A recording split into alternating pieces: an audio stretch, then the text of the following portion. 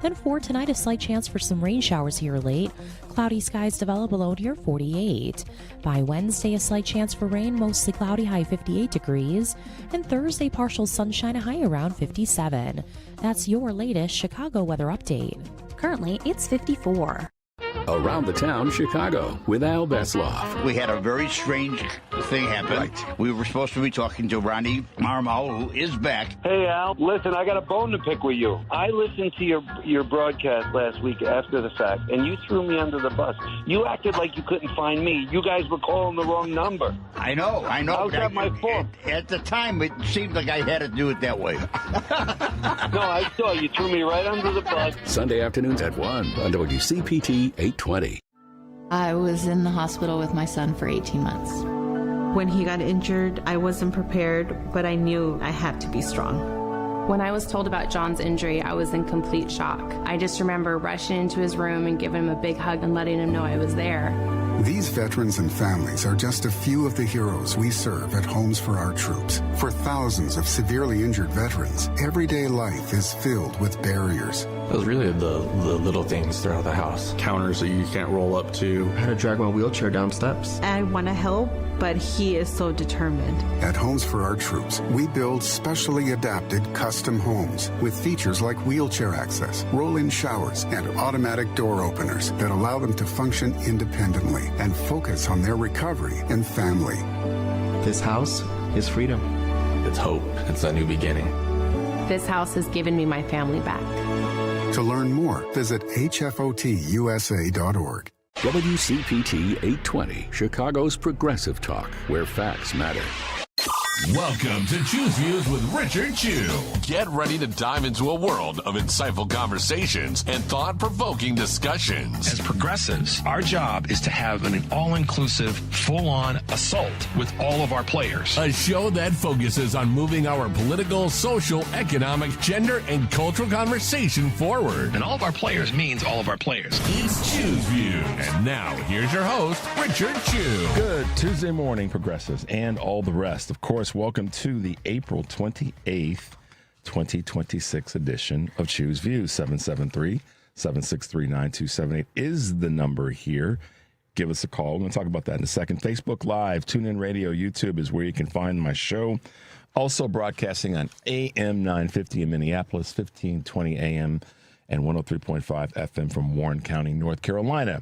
Email me at richard@wcpt820.com and follow me on all of the socials. We are trying to do our best to keep up to speed on what's happening in social media. So there you go.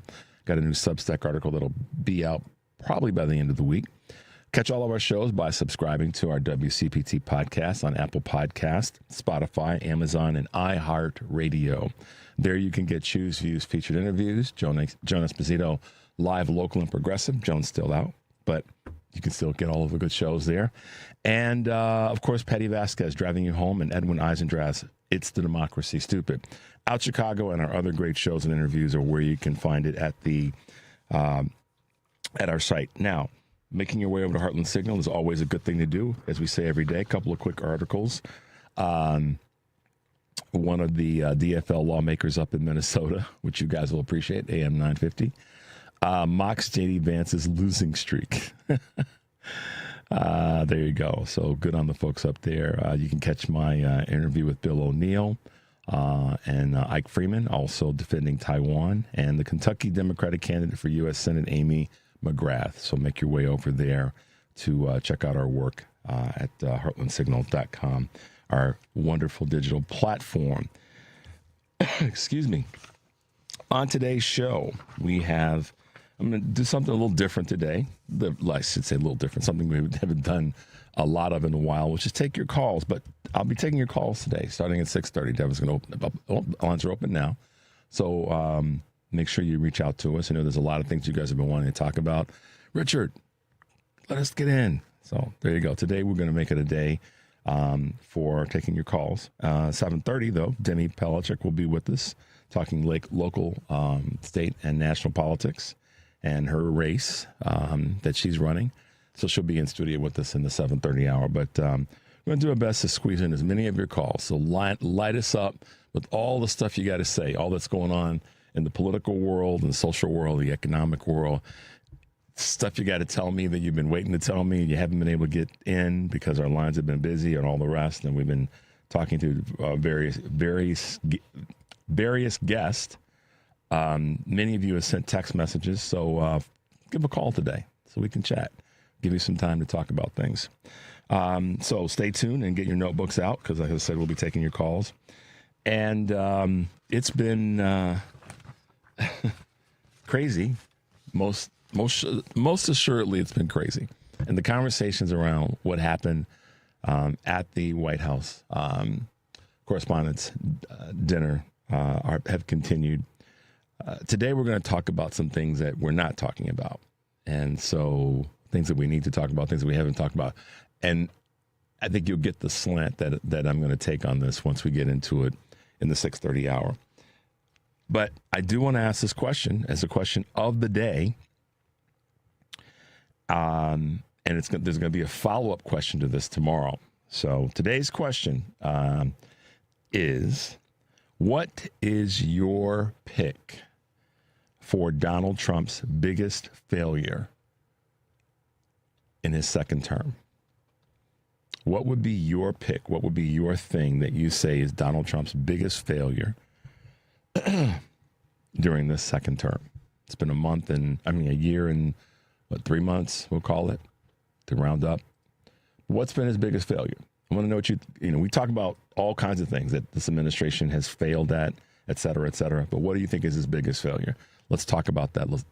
Obviously, you can send me a text. Give me a call today so we can talk about that. And go to our Facebook page where you can leave your comments as well. What is Donald Trump's biggest failure during his second term? Let us know what you think that is. Give us your selection. We'll talk about it.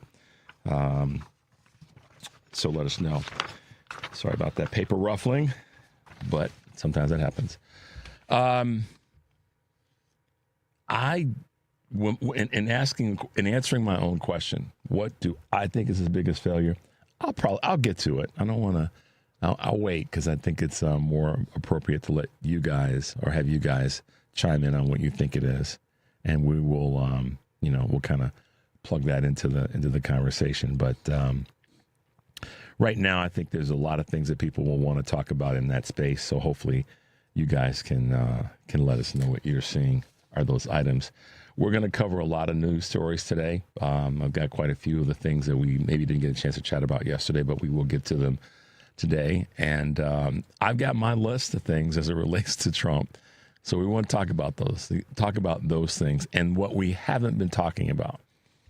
You'll get my meaning in the 6:30 when we come back from the 6:30 break of what we haven't really been talking about. And also my why, what I think is the why behind what we haven't been talking about. So we'll see. We'll see what you guys have to say about that. And we've got a couple of clips that we will be playing for you as well. So sit tight and let us know. Well, we already got here we go. I'll read this one just right out of the gate. Nancy's ready to go, guys. She's like got her oars in the water and let's go. She says, attack on Iran. Wow. Okay. There will be no judgment or ranking from me. I want to hear what you guys have to say because so much of the conversation that we've had recently has been about Trump's failures. So Trump is a failure, et cetera, and distractions and what we're not. And that's why I said what we're not talking about. But I want to hear what you guys are saying as it relates to what they are in your observation. Let's see. This is coming from another one of our listeners. Oh, here's one that I thought was interesting.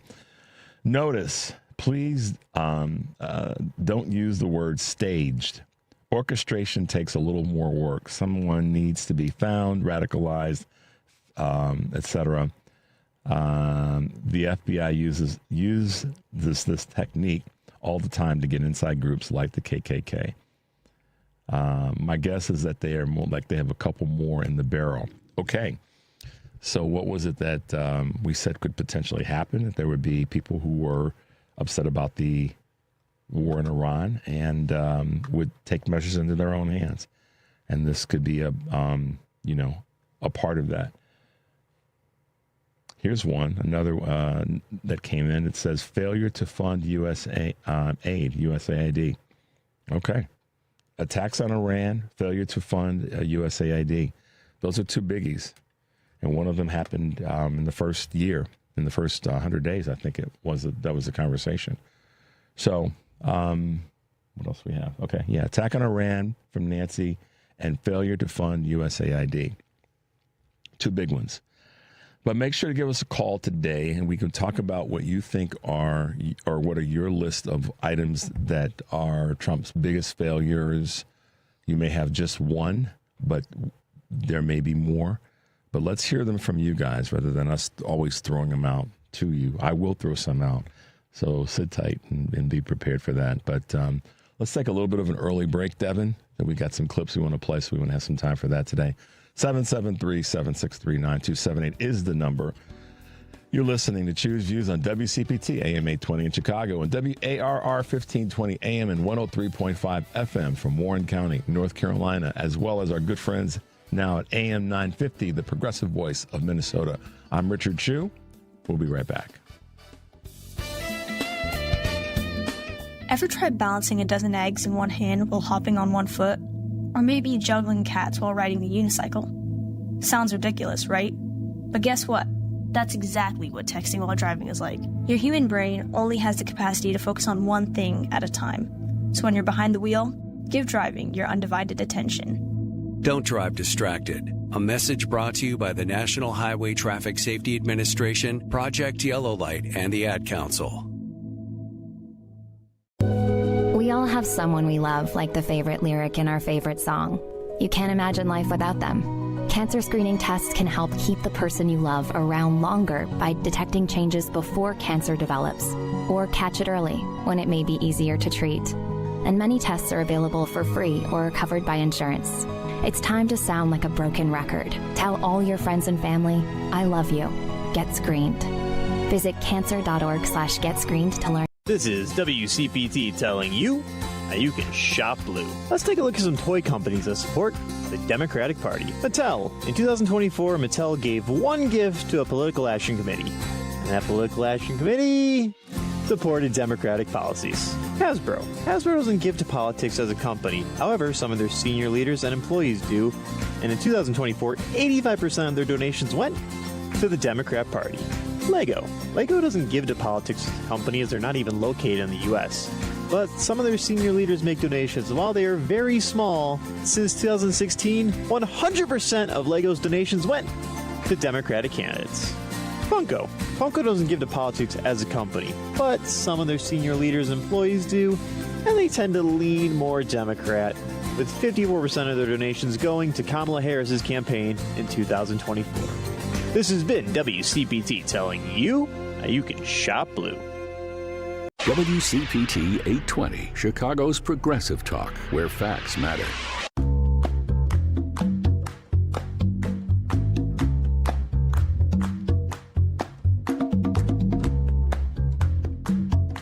Mike's on, truth's out. This is Choose Views with Richard Chu. All right, guys, welcome back to the show. Today on Live, local and progressive Turi Ryder will be in for Joan Esposito, and her guests include Forrest Claypool, former chief executive officer of CPS, Chicago Public Schools, and Dan Levine, the professor of law at the University of Law in San Francisco. UC Law, I should say, in San Francisco. Live, local, and progressive, weekdays 2 to 5 here on WCPT AM 820, heartlandsignal.com, and tune in. Tonight on Driving and Home, Patty Vasquez will be joined by Heartland Signal Executive Director Rodney Gibbs, Julian Cruz, former WGN TV reporter and founder of Old Havana Foods, and John Fugelsang, comedian, podcaster, and radio host. As you guys know, John's written the wonderful book, New York Times bestseller, Separation of Church and Hate.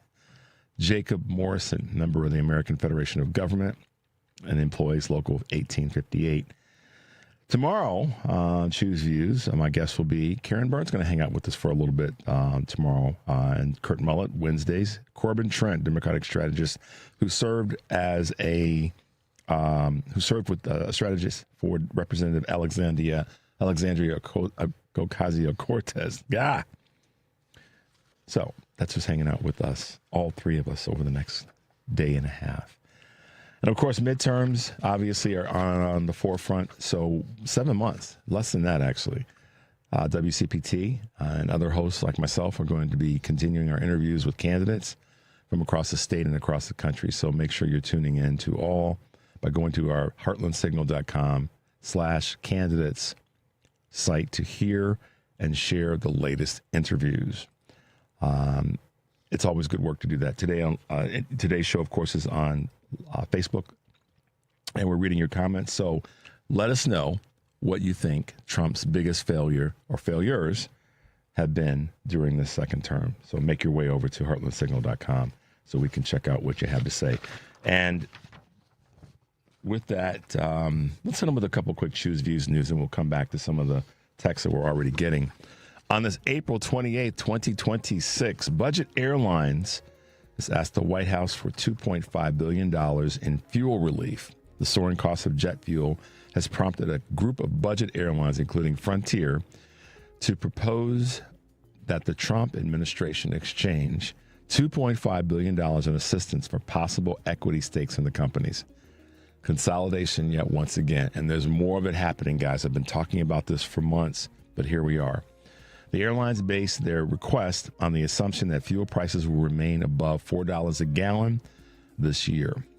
The news follows separate discussions of a $500 million bailout of low-cost flyer Spirit Airlines. The government obtained similar equity warrants after granting $54 billion in pandemic-era relief, but never exercised them.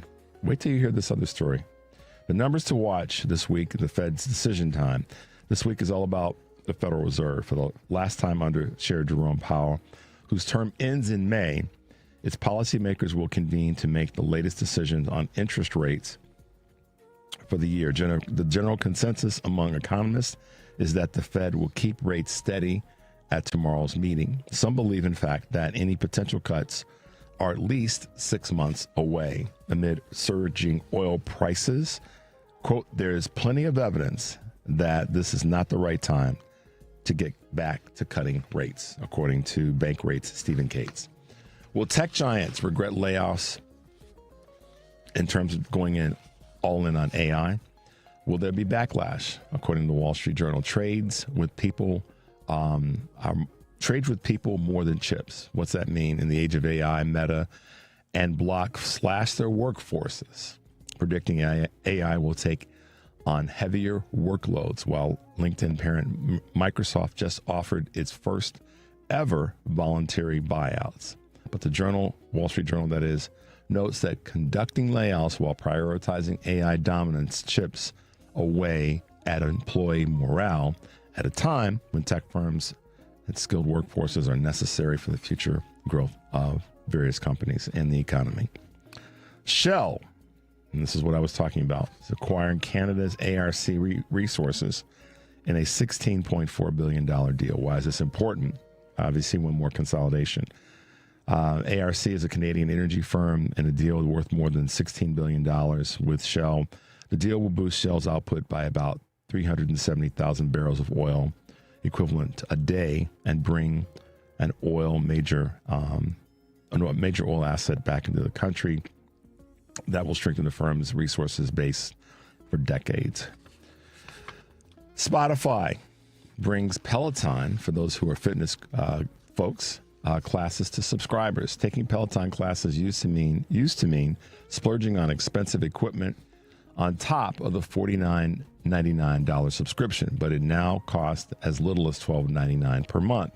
Spotify said yesterday that it was going to announce its premium subscribers are getting access to more than 1,400 Peloton fitness classes, part of Spotify's effort to diversify its offering beyond music, according to Bloomberg, and become an all-encompassing multimedia service.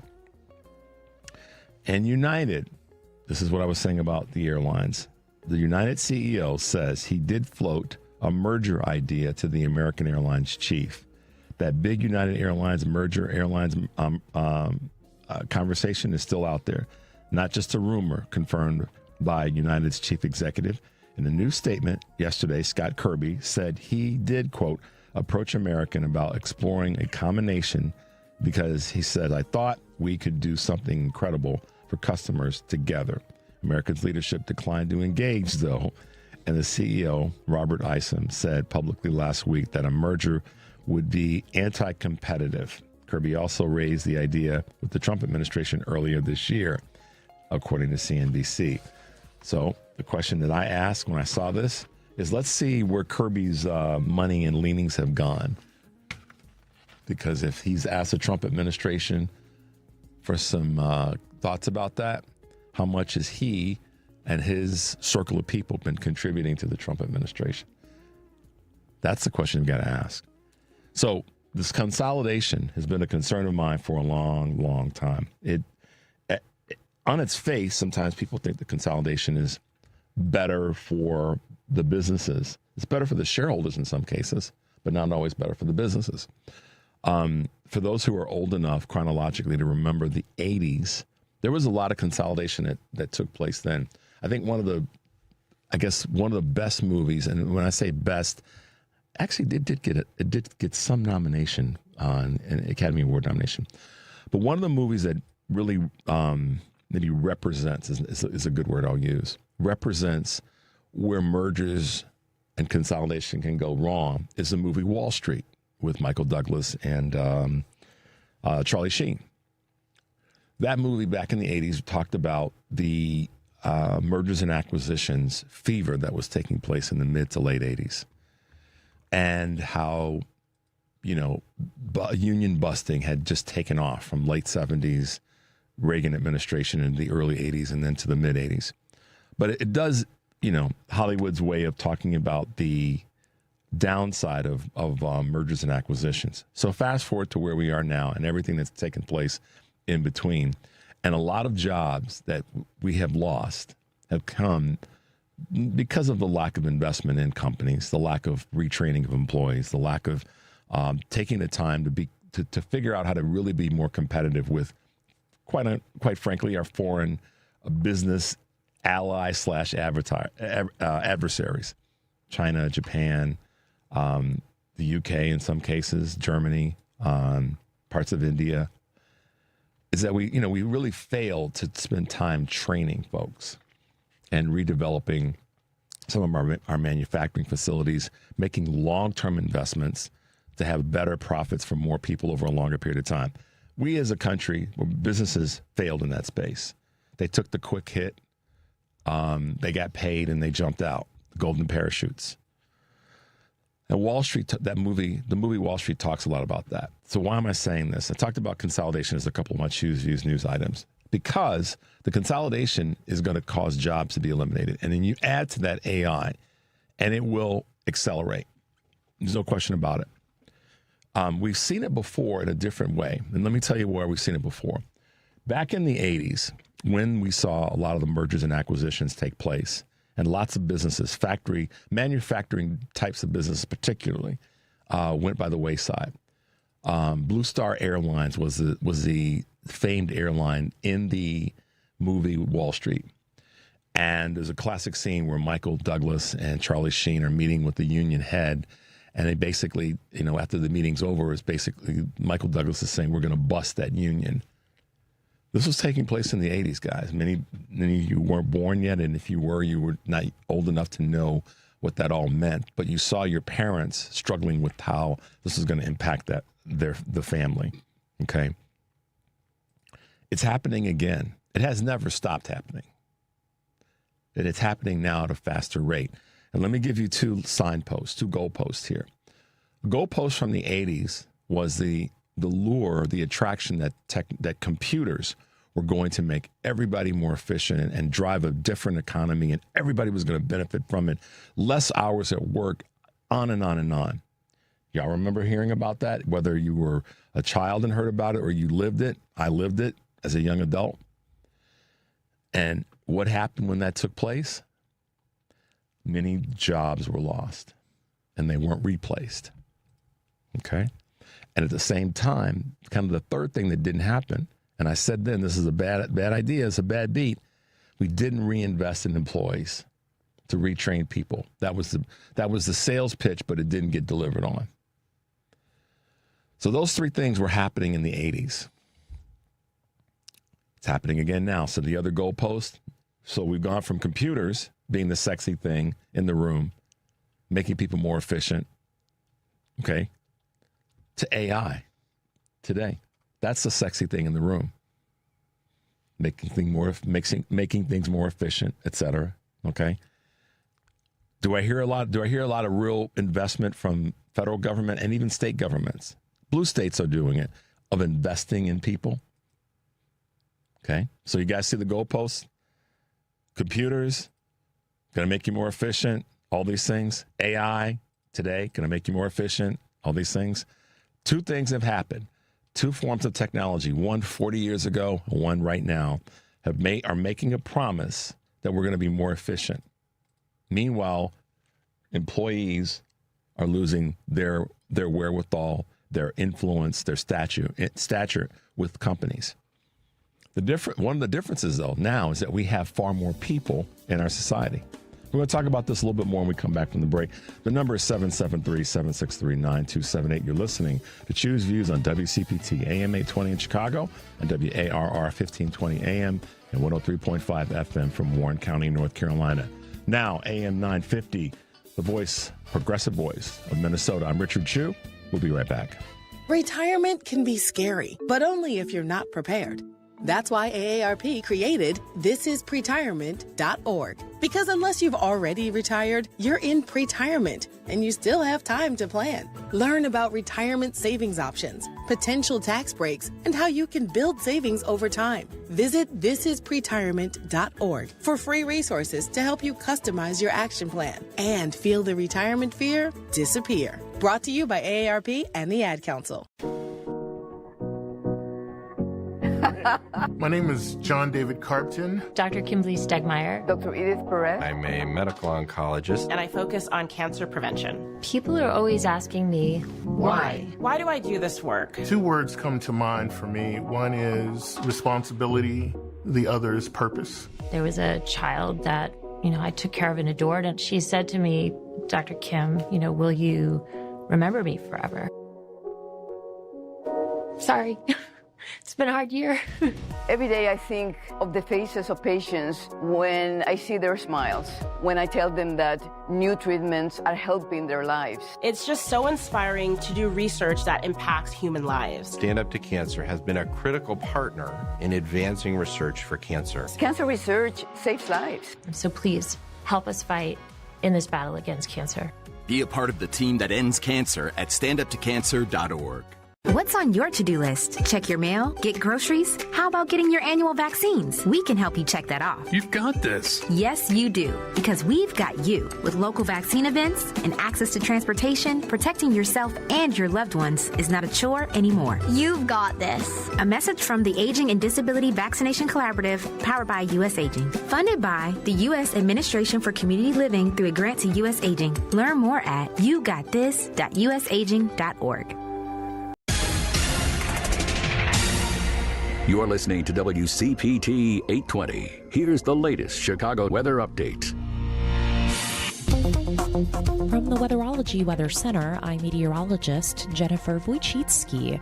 Skies will become mostly sunny here for today. We'll see a high in the upper 50s. West winds around 10 to 15 miles per hour, gusting as high as 35. Then for tonight, a slight chance for some rain showers here late. Cloudy skies develop below near 48. By Wednesday, a slight chance for rain, mostly cloudy, high 58 degrees. And Thursday, partial sunshine, a high around 57. That's your latest Chicago weather update. Currently, it's 52. This is WCPT 820, where facts matter.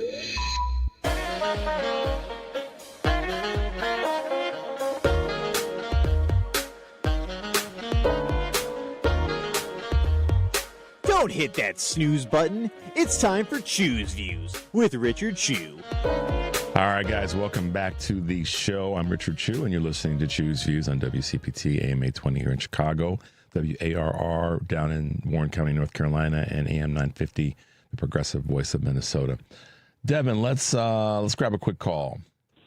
Don, good morning. Welcome to Choose Views. Hey, good morning, Richard. As usual, you hit a lot of good topics. So his biggest failure in my view, is failure to lower prices.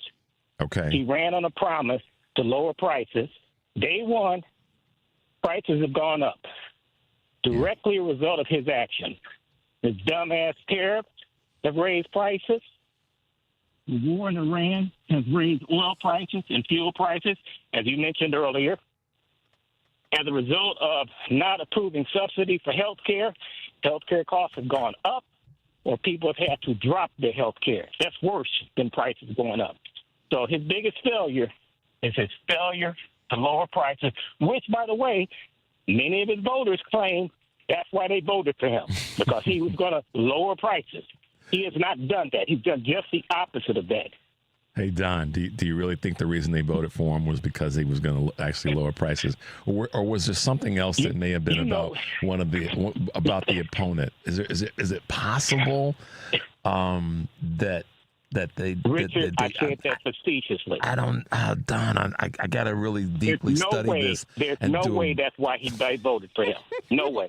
That's just what they claim. Are you sure? They claim that's what they voted for. Don, are you having a moment now? Are you sure about this? She had a plan to lower housing costs, to make costs more affordable in health care, to make costs more affordable for drugs and pharmacy and prescriptions. So did Biden, by the way. He has no plan.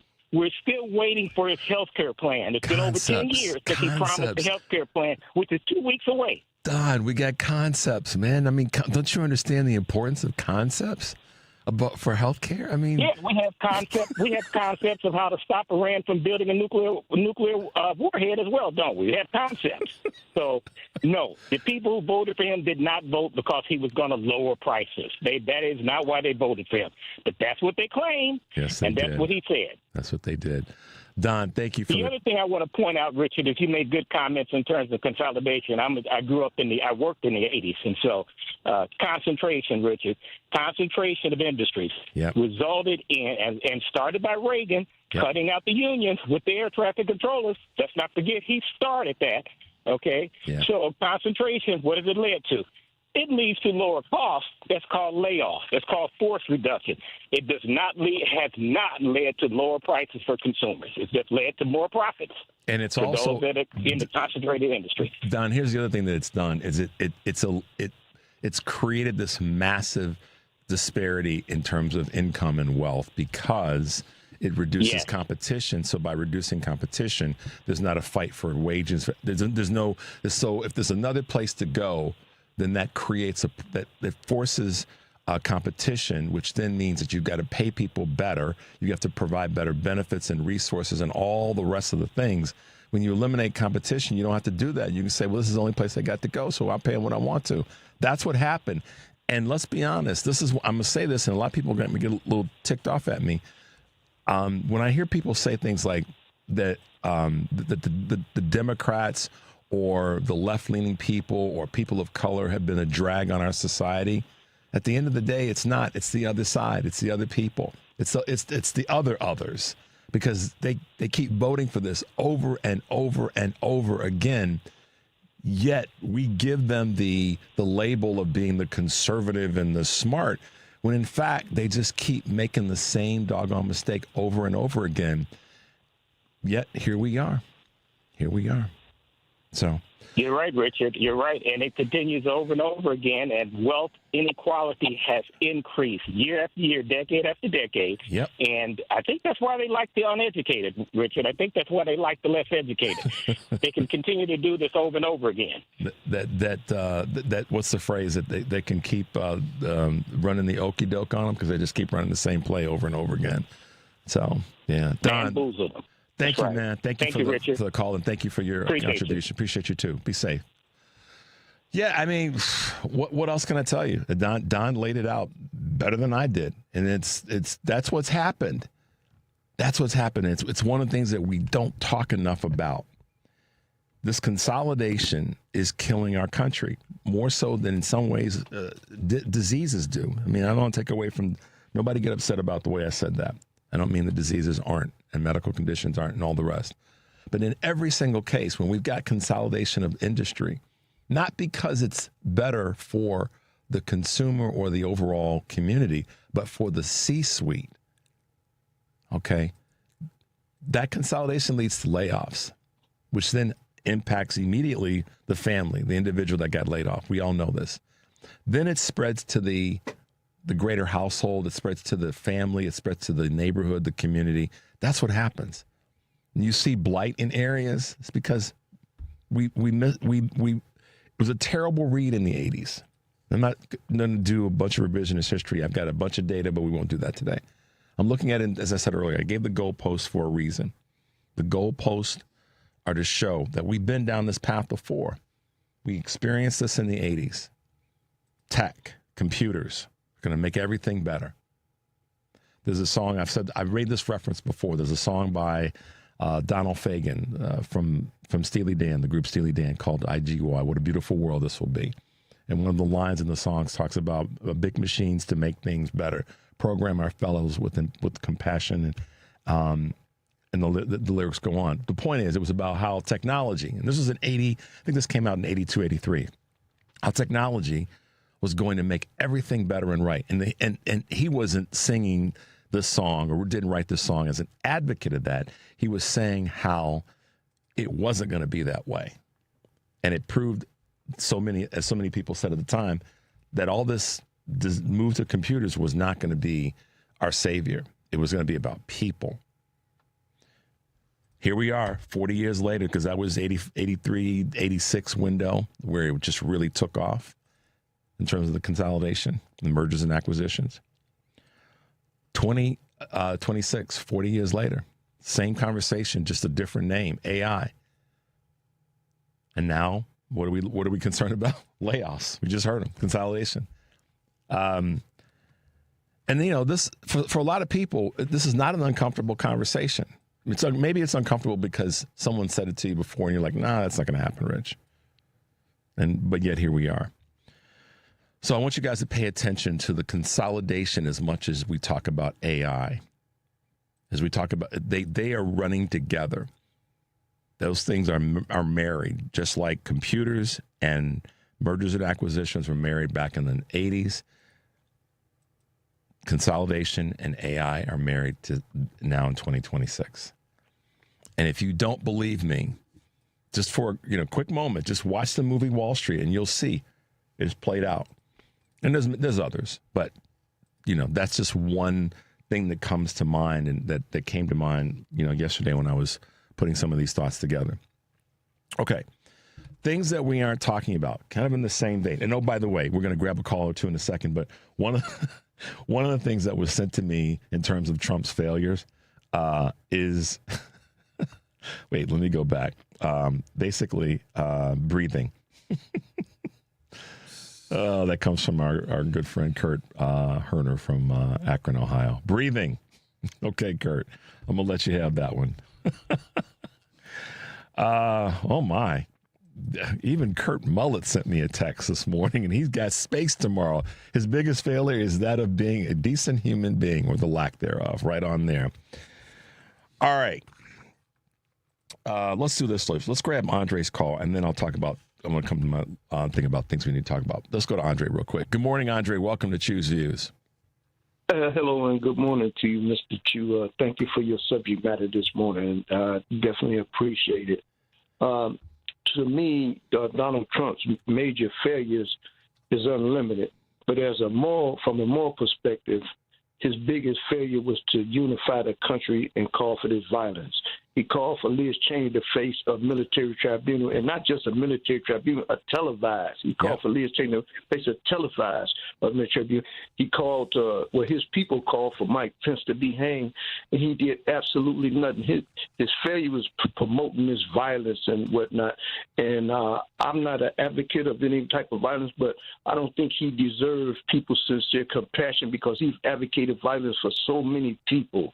That's his biggest failure from a moral perspective for me, Mr. Chu. Lack of compassion, which I don't know him, so I can't say that he doesn't have it, but he doesn't show it in a way that would represent any sort of humanity. And in terms of bringing the country together, Andre, I would agree. That's not happened. The country, this is what's interesting. You've heard this, Andre. You, as a black man in this country, I know you've heard this, and I know it's pinched you in the backside. When you've heard some racist, biased white folks in our country say that the reason, and they're not all on the right, by the way, just let me be clear.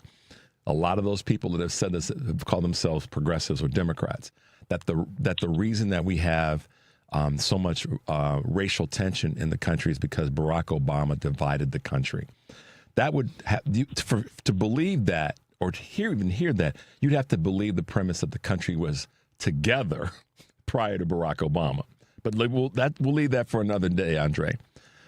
No, but I told you. Donald Trump has been the most divisive president in my lifetime.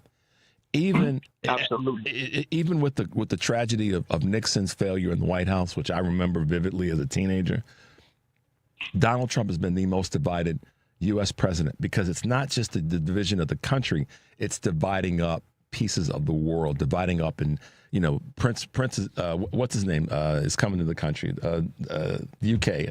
Why am I? Charles, thank you. Charles our relationship with the UK is teetering on whatever, because Donald Trump has been the most divisive, non-compassionate person in this country. So bringing the country together, big failure. You're absolutely right about that. And bringing some peace, that hasn't happened. And you are right too, Mr. Chu, and thank you for bringing that point out. Not only did he divide the U.S., but just like you said, he has divided the world. I didn't think of it from that perspective, but he has divided everybody. I mean, our allies in the East, NATO. He's just a big divisive person, and that's his biggest fate, to divide people and not bringing people together. So thank you for the topic, Mr. Chu. I appreciate it. Thank you for taking my call. You're right on, Andre. Thank you for your call as well. We appreciate Andre because he's always in that thinking mode. Let's take a quick break, guys. The number is 773-763-9278. You're listening to Choose Views on WCPT AM 820, WCPT AM 820, WARR 1520 AM and 103.5 FM from Warren County, North Carolina. And now AM 950, the progressive voice of Minnesota. I'm Richard Chu. We'll be right back. Some journeys start small, with small pause and big purpose. Every great partnership begins with the first step. Bella, let's go. You don't just raise a puppy. You raise a future. Become a Dogs Inc. puppy raiser. Give a dog a purpose. Give someone hope. Learn more at dogsinc.org. When I first had my baby, I'd get comments all the time about how happy I must be. I remember thinking, I want to be happy. Why don't I feel that way? It was hard to admit that, even to my doctor. But I'm glad I did. She told me it was postpartum depression, and that is very treatable. These days, things are feeling good, and we're both happier about that. Right, little man? I'll take that as a yes. Mental health care is working for Simone. See what it can do for you at mentalhealthcareworks.org. A message from the American Psychiatric Association Foundation. Imagine home. The smell of coffee, the sound of a lawnmower, the sun's warmth on your face. Free to be yourself. Surrounded by love that helps you grow. This is a place to call home. That's an American dream we all deserve.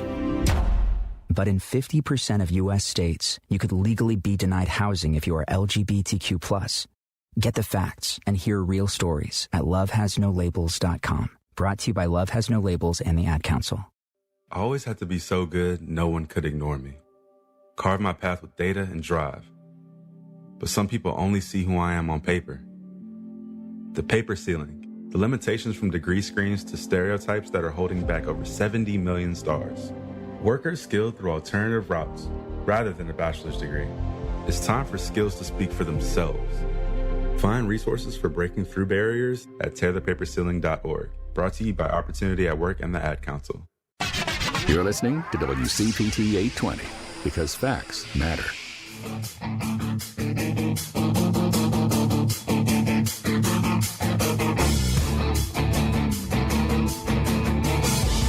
Debunking the lies your uncle saw on Facebook.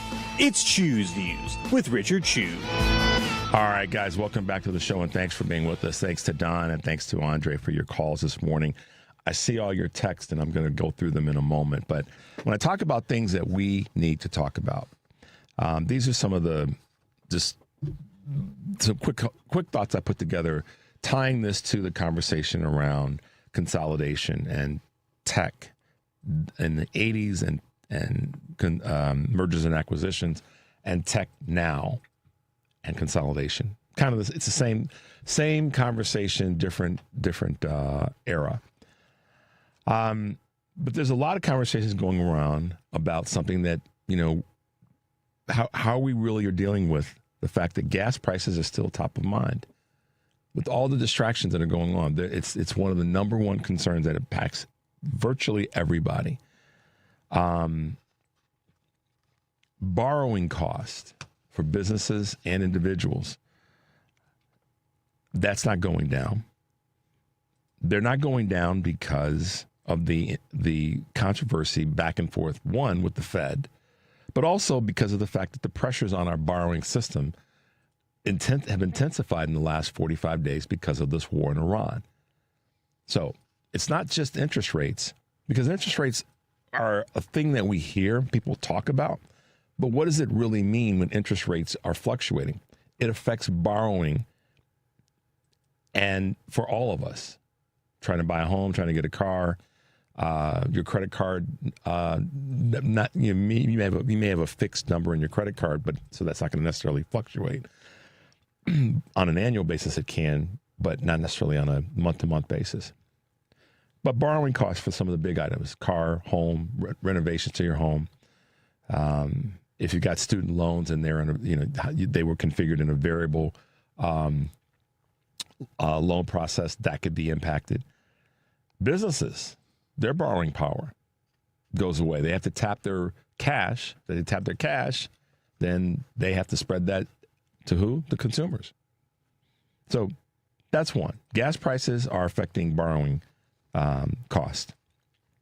On a macro level, which I would say would be businesses and industry, and then on a micro level, which is everyday consumers, you and me. So a business owner would say something like this. This is kind of a way I put this together. My diesel costs are wrecking my margins. I've been holding off on new equipment because I thought rates were coming down, which is what was promised. But when is that actually going to happen? I can't afford to get new equipment, which means that I'm operating with old equipment, which makes me less efficient. And by being less efficient, I may ultimately have to raise my cost of doing business to my customers. That's because of oil prices. Failure on the part of the Trump administration, specifically Donald. And I put this into another vein. Retirees, being a financial advisor, I can look at these things from this perspective. Retirees and pre-retirees. This is what's going to happen if this continues. Social Security, my Social Security adjustment was barely anything, meaning that the Social Security adjustment increase was not even nominal. But my grocery bill went up way more than the adjustment to my Social Security. And because of that, are we actually going to be able to sustain ourselves? Are we going to be able to hold up? So this is a thought process again that I kind of put into it. This is a reality that I put into a thought bubble or a question or comment.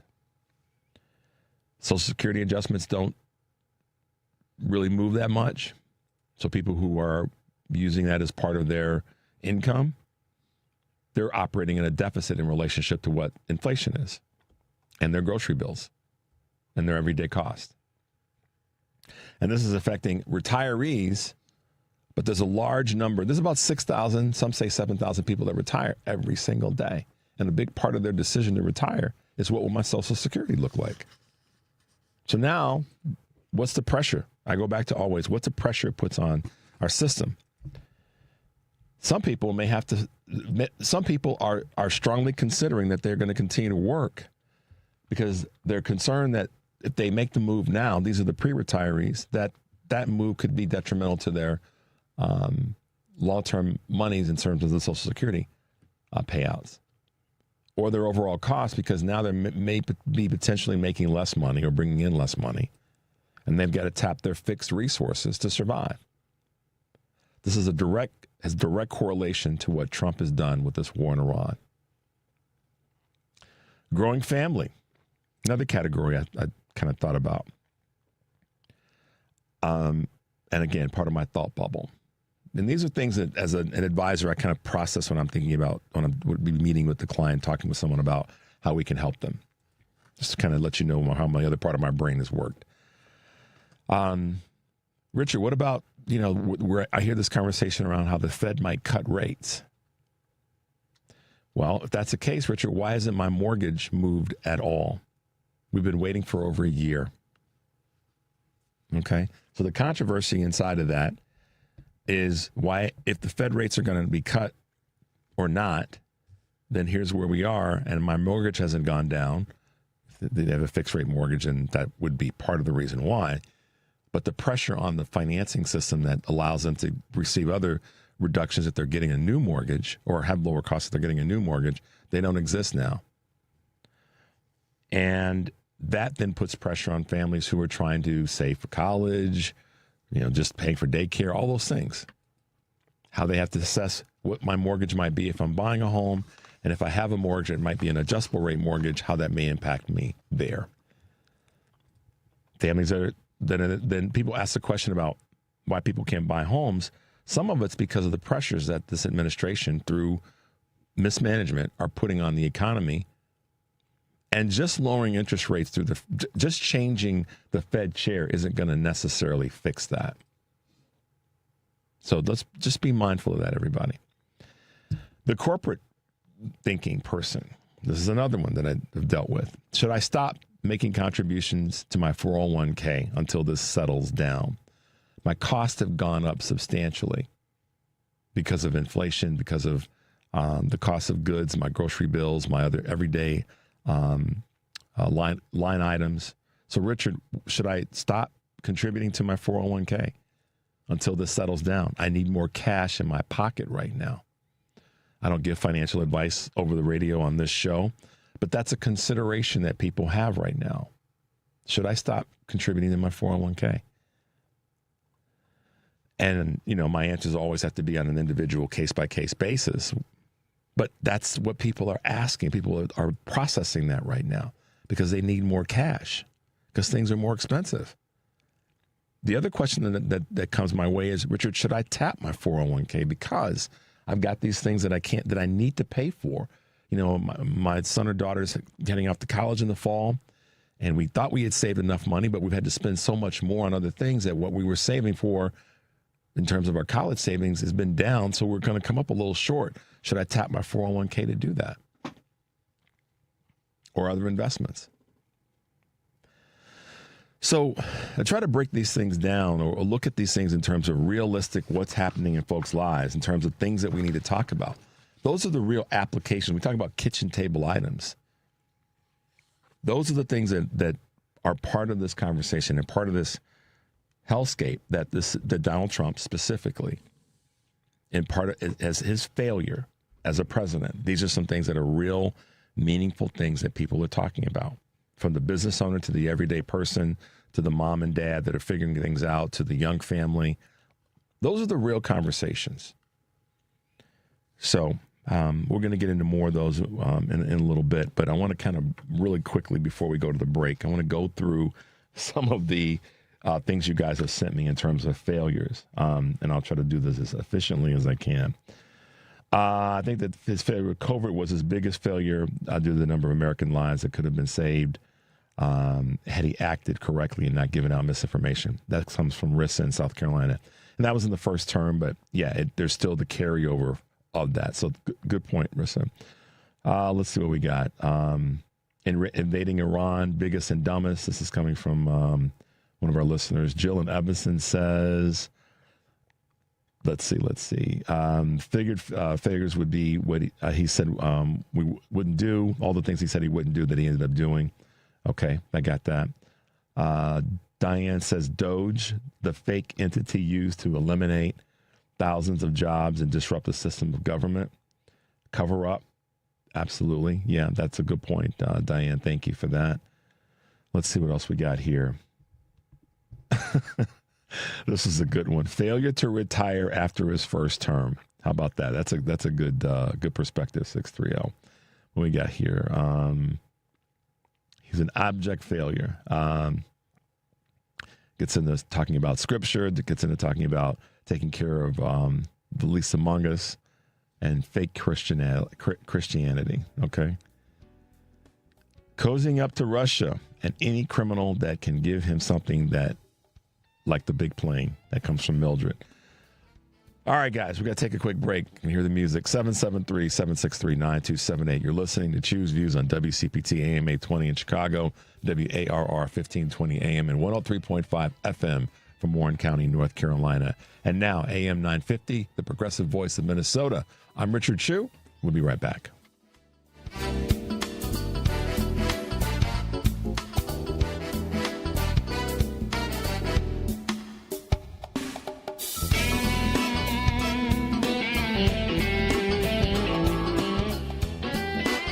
We got out of Washington State, and I think a week after, state went on lockdown for COVID. So then when we transitioned to Texas, it was very much so like, what are we going to do now? Operation Homefront has allowed our family to make something of ourselves again in the world after the military. It's completely changed the way our life is. It took us from a hopeless situation, and now we're homeowners. We have a savings account. I'm the first one to own a home out of my siblings.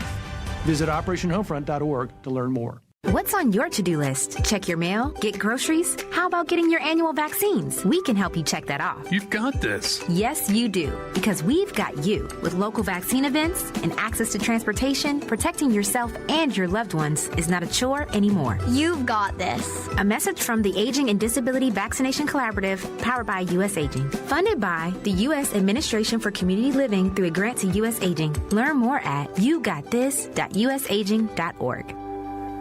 Amazon Business. With smart business buying, innovative AI tools optimize your purchasing experience paired with delivery options built for business. Learn more at amazonbusiness.com. This is 820 AM, WCPT Willow Springs, and streaming worldwide at WCPT820.com. We are Chicago's progressive talk, where facts matter. Now, your WCPT 820 weather update. From the Weatherology Weather Center, I'm meteorologist Jennifer Wojcicki. Skies will become mostly sunny here for today. We'll see high in the upper 50s. West winds around 10 to 15 miles per hour, gusting as high as 35. Then for tonight, a slight chance for some rain showers here late. Cloudy skies develop below near 48. By Wednesday, a slight chance for rain, mostly cloudy, high 58 degrees. And Thursday, partial sunshine, a high around 57. That's your latest Chicago weather update. Currently, it's 52.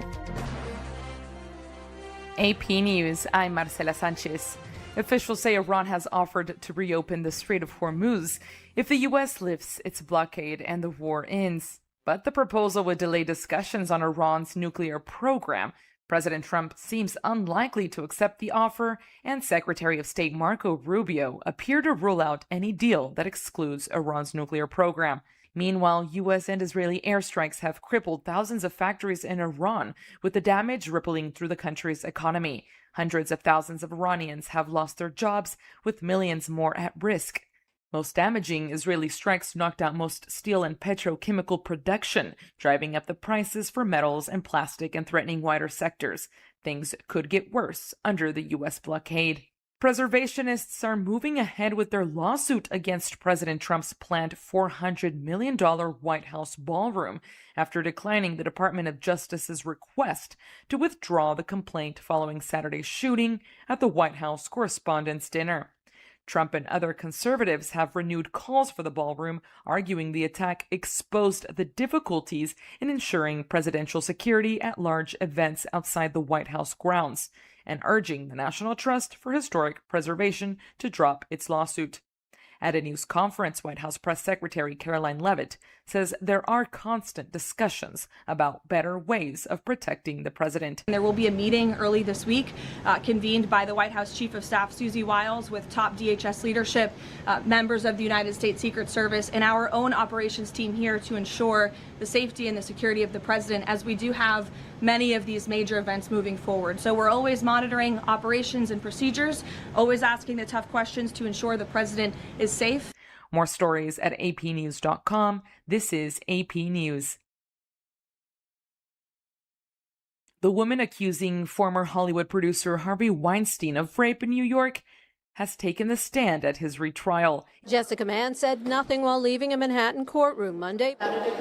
Inside, she told jurors former Hollywood producer Harvey Weinstein got her and a friend into his L.A. hotel suite in 2013 by telling them they could star in Vampire Academy. Once there, she says he forced oral sex on her in the bedroom. Mann said she doesn't know why she didn't scream for help and at the time was too embarrassed to say anything. She also said he told her, "My friends go far, my enemies don't step a foot in this town."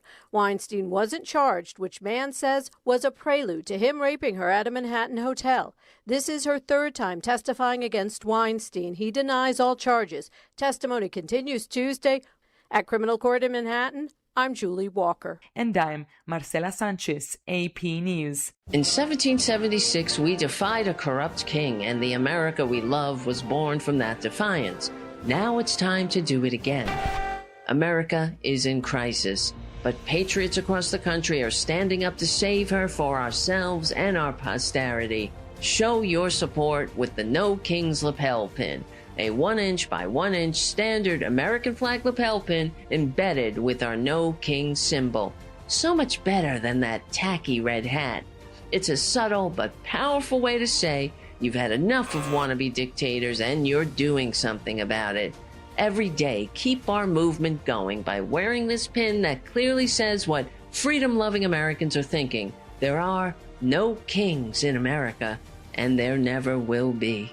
Go to store.politicalvoicesnetwork.com. That's store.politicalvoicesnetwork.com. Get your No Kings lapel pin now. Alexa, play WCPT. WCPT from TuneIn. Welcome to Choose Views with Richard Chew.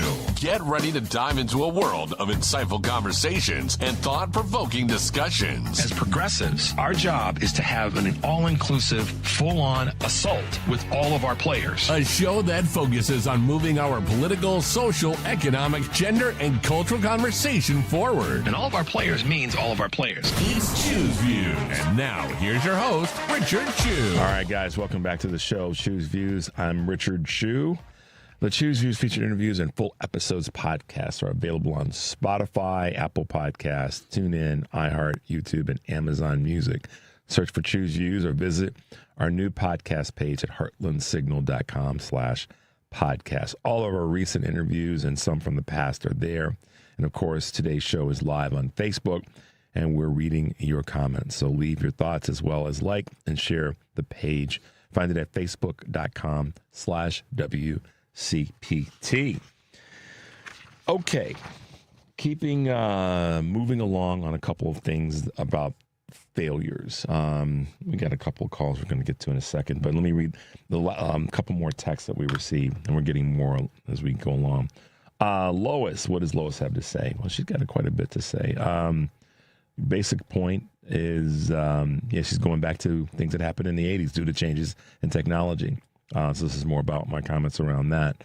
The 1980s was a tough time for workers as it is right now. Good point, Lois.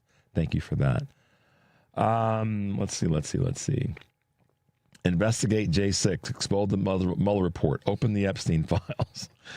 Wow. That's coming from one of our listeners in New York. Let's see what else we got. Greatest failure was not to support our collective trust in our entire system. Everything and anything not adhering to his needs or wants becomes fake. Bob, that is a great point from Carpentersville. And let's see, we'll get another one real quickly. Virtually everything. Yeah, well, I'll have to take some time to read through that the right way. But basically, this person says Trump is a puppet. He is a marionette, a useful idiot. Good point, 630. All right, let's grab a quick call. Let's go to Naomi in Santa Monica. Good morning, Naomi, and welcome to Choose Views. How Hi, Richard. How are you? I'm good, Naomi. Naomi, yourself? What's going on? I'm good. I'm enjoying the quiet. It's beautiful now. Speaking about the orange idiot, first of all, he's not the president. He's not our president. He's a criminal, and he's running a criminal enterprise. He's not a conservative. He's a criminal. He's not even. There are two different strains going on here in this puppet situation. You've got the Bannons who want to take over the world, and you've got Trump who wants to scam everybody. It's it's very difficult now. Yeah. He doesn't care about us. He doesn't want to hear from us. We don't need to contact him. We need to fight to get what we need back, because he's not a president. Yeah, he is the criminal in chief. If you want to have some fun with the wording, but orange criminal. The orange criminal in chief.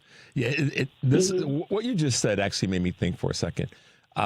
He doesn't want to hear from us. That's the interesting thing, and I guess I've maybe thought it and maybe put it in different ways. But he doesn't want to hear from us. He doesn't want to hear anything that's opposition and truth. And a good example, recent example, is the interview that he did with Norah O'Donnell. CBS has got their head way up the behinds of the administration, at least the executive, the C-suite does, Barry Weiss and all the rest. And, Norah O'Donnell says, reads something from this manifesto from this guy, this shooter, Allen, and he takes it like she's reading it about that it was said about him.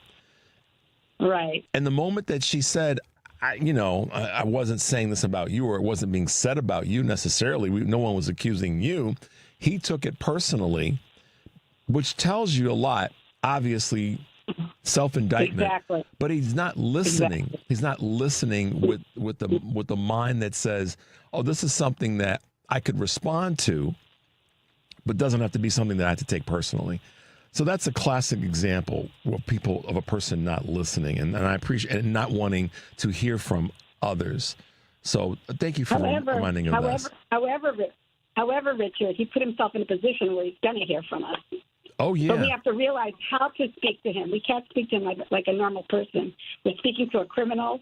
We're speaking to a criminal who's a puppet for these other people who want to upset the world's order. And that person is who's their agent is Bannon. Yeah. Well, and Bannon. I believe that Bannon brought Steve Miller into the picture. I believe. Yeah, it's murky how they all got there, and who got them there is important. But really, what's important is that we need to get them out of there, and so. Our responsibility. And whether they like it or not, they have to hear from us. Period. Yeah, but as I've said before, I said my wording differently than what Amy McGrath says, affordability and accountability. My feeling is once we get back some of the levers of power, some people need to be brought in front of the hearings, and some folks need to go to jail. Absolutely. Plain and simple. So we can walk and chew gum on that. We can work to fix some of the economic issues that need to be fixed, but people need to be yelling and screaming loudly, and folks got to go to jail. That's right, because we have to realize what we're dealing with. We're dealing with a very difficult situation where we're not dealing with a politician who's not representing us. So whether he likes it or not, he's going to hear from us, and he's going to hear in a way that he doesn't expect. Yeah, good point, Naomi. Thanks for the call. Yeah. Have a great rest of the day. Enjoy that sunrise that you should be experiencing shortly. Thank you, Richard. You too. All right, bye-bye. Have a great day. You too. Bye-bye. Thank you. Bye-bye. Naomi's in one of my favorite places, Santa Monica, California. Love Santa Monica, and to her point about the sunrise, actually the sunset there is beautiful, setting over the Pacific Ocean. But if you get in the right spot, you can see the sunrise coming all the way across the mountains in that part of Southern California. Okay, I know we got some other calls, but this is one of the things that we talked about, the failures, and you guys have sent a ton of them, and I'm glad we did this. I'll just give you this quick list. I was at a couple of different websites and looking at what some folks smarter than me have written, but this will give you a couple of lists. This is part of what we've been talking about, some of the things that Naomi just said and others. A list of 47, of which I'm not going to go through all today, but just a few. Most grocery prices are still higher than they were a year ago. Trump's family businesses are making billions while small business owners see higher prices and smaller margins with wild tariff changes. He's making your streaming platforms, this is a consolidation conversation, more expensive by directing corporate mergers to favor his donors, especially in media. Less competition equals higher prices for media and streaming services. That's a fact, y'all. This is the other reason why, and some people will say, well, what's the big deal, Richard? Why do you keep covering Paramount and Ellison? Well, that's why. He's one of Trump's biggest donors. Did y'all know that Larry Ellison is looking to move from his, palatial place in Hawaii to 20 minutes away from Trump in Florida? That's the truth, Devin. Larry Ellison, to get his head closer to being up Trump's behind for these next 2.5 years. Corporate media consolidation, public media was cut to the bone. The big, quote, beautiful bill / Medicaid and other social services attacking seniors, people with disabilities, and working families. Made health care more expensive by blocking legislation to keep monthly premiums low and the subsidies that go along with that in terms of the Affordable Care Act. By flooding our streets with armed agents, the National Guard, turning our neighborhoods against each other in our own streets, creating costs that are left there. One of the highest funded military organization on the planet comes in, wrecks your community, causes physical damage to the community, and then leaves it for the local municipalities to fix it. Listen, I am that guy on certain days of the week and certain times of the day. You come into my house and you mess up, you got to clean up. I'm sorry. So you come into our neighborhoods and you mess up, you should be cleaning up. And that's where local officials have been put into a bad situation. They've come into Chicago. They've come into Minneapolis. They went into L.A., Charlotte, other cities. Messed up a bunch of stuff and then left to leave that mess there for the local municipalities and authorities to fix. And then when people who are in favor of ICE, people who are opposition to the local leaders, they'd start to trash talk. Look at how awful it is, how bad these things are. How much of that was caused by what this administration has done by bringing ICE into communities and or reducing funding that would help communities actually get stronger. And add to that, spending $1 billion a day on a war that is not necessary. You follow the bouncing ball? Gotta take a quick break. 773-763-9278 is the number. You're listening to Choose Views on WCPT AM 820 in Chicago, WARR 1520 AM and 103.5 FM from Warren County, North Carolina, and now AM 950, the progressive voice of Minnesota. I'm Richard Chu. We'll be right back. I've tried everything to stand out at work. Donuts, a company coffee blend, even dressed as the company mascot for Halloween. There's an easier way, a ComEd facility assessment. Their engineer gave my company free insights and actions that saved us $732,000 on energy. Easy, right? Learn how ComEd can help you save at ComEd.com/facility assessment. ComEd, powering lives. Savings will vary based on customers' usage and rate. Life is full of balance, but if you are one of the millions of people affected by dizziness, vertigo, and imbalance, finding your footing isn't as easy as it seems. These conditions disrupt daily life and rob people of their independence. They are often misdiagnosed by healthcare providers, and some people are told that their symptoms are all in their head or that they are just due to stress. Nothing could be farther from the truth. Do you often feel dizzy and foggy-headed? Do you reach out for the wall to keep yourself from falling over? Do you experience a constant ringing in your ears? If you answered yes, you might have a problem with your inner ear. But there's hope. Visit liferebalanced.org or call 800-837-8428 to learn how you can get better. Again, that's 800-837-8428. Sponsored by the Vestibular Disorders Association. There are 1,000 ways to say it. Nope. Knock it off. Shut it down. Dream on. No dice. Give it a rest. Not a chance. Or just. All text. You focus on the road. As a passenger, you have the power to prevent an accident. There are 1,000 ways to stop a distracted driver. Choose one. A message from CTIA. Chicago's Progressive Talk, WCPT 820, where facts matter.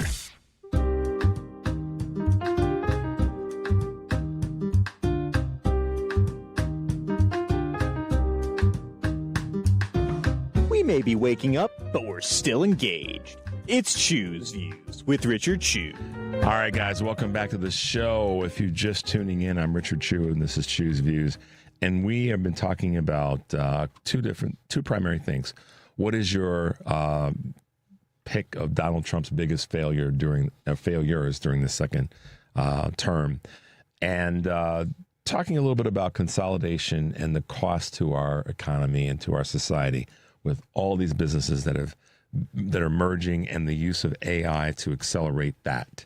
And I just thought we could lean into that a little bit. One of the big things that came out of the shooting this weekend at the Correspondents' Dinner is this conversation around the ballroom.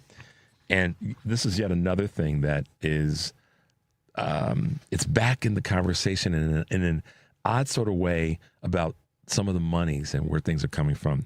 So we've got a clip that I want to play for you guys that I came across that I found interesting about this ballroom. How unprecedented is it to have something like this where anonymity would be given to donors to a presidential project? Yeah. I mean, first, I would say reading this document shows why they wanted to hide it. It's a sham and it's a scam. The National Park Service does have a procedure and a template that looks almost like this for other such agreements to do other such things with D.C. buildings, but they don't have a single word about anonymity. This document says anonymous or anonymity on almost every page, 10 times, in a 14-page document. 14 pages, 10 times we use the word anonymous. That's right. So Stunning. Clearly hiding the money is the central part of the scheme. And the question, of course, is why? So you mentioned we know of 24 companies and some other donors that the president calls great American patriots for putting money into this project. So first, of course, many of them have contracts with the government, conflicts because they want enforcement actions dropped. And almost none of them have actually said how much they gave, despite being asked by multiple members of Congress. So if they're great American patriots, why don't they tell the American people how much they gave to this project, for starters, and really why they did it, whether they did it in conversation with a lobbyist or with the president's fundraiser. We don't know any of that information. We don't know any of that information other than what good reporting and some watchdogging has uncovered. Most of that information remains secret. This document is a roadmap to find out a heck of a lot more. So, okay, the White House, obviously, they told the Washington Post, it's standard practice to not post an agreement like this because national security is involved, right? We're talking about, a building involving the White House. And they said they keep emphasizing, their post was President Trump is working 24/7 to make America great again. They end with, at no taxpayer expense. Okay, so I look at this from a couple perspectives. They're hiding information about the money that is being used or being provided to pay for this from quote unquote private donors. The National Park Service has got something to say about that. There's so many problems with this ballroom, but one of the ones that comes to mind for me right out of the gate is, and this is, well, I'll just say it. Why in the hell would you, as a corporation, or as a private, whatever, want to give the money to charities where people's lives are going to be improved? I mean, for a ballroom, you have no vested interest in that ball. Because when Trump's out of office, guess what? Your favor that you got for contributing to having it built is going to be gone. Because we're not going to reelect him. One, and two, we're not going to. I don't believe there's going to be a Republican that's going to be able to stand the heat, particularly if they've been part of this cabinet or other cronies. And thank you to 773 for sending that one of the failures is Trump and his cabinet of cronies.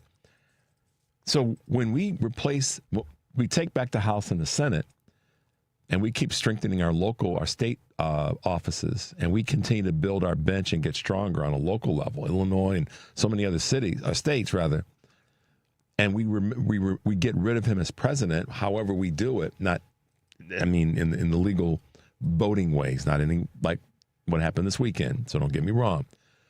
The next Republican, whoever the candidate's going to be, is not going to be able to stand the heat. Because if they've been part of this group of this cabal of people that have been close to him, we have to nail all of them to the wall. We got to pin their ears back. So this ballroom, if you're a donor, one of these private, secret money deals, it's going to be found out, one, but why not just give the money to charity or to something how about this? To improve the people that work for your company. So if you run a business, let's just check this out. This is why I laugh when people talk about Republicans and big business and they care about the people. It's BS. Because if they really cared about the folks that they say they are beholden to, their employees if it's a private corporation, and then to their shareholders if it's a public corporation, and both, then just put that money back into the business to improve the lives of the people that work for your company. That would seem to be the American patriotic thing to do, not to build a damn ball. It can't dance anyhow. So what the hell? It can't dance. Not in a way that, me, Mike, and Devin are going to sit back and enjoy and ask you to step to the dance floor. I mean, what are you going to do? Sit around on fake gold chairs and have some gold peel off and get in your leg and get an infection? Oh, you guys are making me go down that path. And then Lindsey Graham gets all hysterical saying, no, we shouldn't have private contributions. We should make the tax spend $400 million on the ballroom. Why? Because they got some dirt on Lindsey. Maybe one of his dance partners showed up. Oh. So we've got this privately funded ballroom for something that should be ours. And let's go back to this whole thing around the correspondence dinner and the conversation right afterward and how all these punks fell in line that were on the dais and their lives were never really at threat at the end of the day. They probably would have, well, I'll stay away from that. They probably they said some of the wrong things in terms of the press conferences subsequent to this. We know that by now. But to introduce the ballroom, it's a slap. It's a severe slap in the face of so many people throughout this country. Bless you. And that's what I want people to take away from this, as I kind of wrap this conversation up today, because Demi's going to be with us in a little bit. And I know she's got some things to say about money and politics, because she just fought off a slew of dollars coming in to her, and we'll talk about that. But as I wrap this up, this ballroom is an example of the greed, the mismanagement, and frankly, the dumbasses that are in charge. And the reason that it is because it's a slap in the face of hardworking folks for 40 years of Reagan economics and let's cut, let's slash, let's merge, let's acquire, let's consolidate, let's lie, to where we're having a debate and a conversation and a U.S. Senator, Lindsey Graham saying that it should be funded by taxpayers and not necessarily be something that's funded by private folk. And the private folk that are funding it, or at least to the extent that we have that information, nobody knows who it is. But yet it's part of our White House. This is not Donald Trump's White House. And nobody else in his family's White House. This is our White House. So if there's private funding going into it, we should have full knowledge of where those funds are coming from and what we're trading for. Are we trading, is the trade to keep oil prices unstable so they can short the market? Is that part of what this is all about?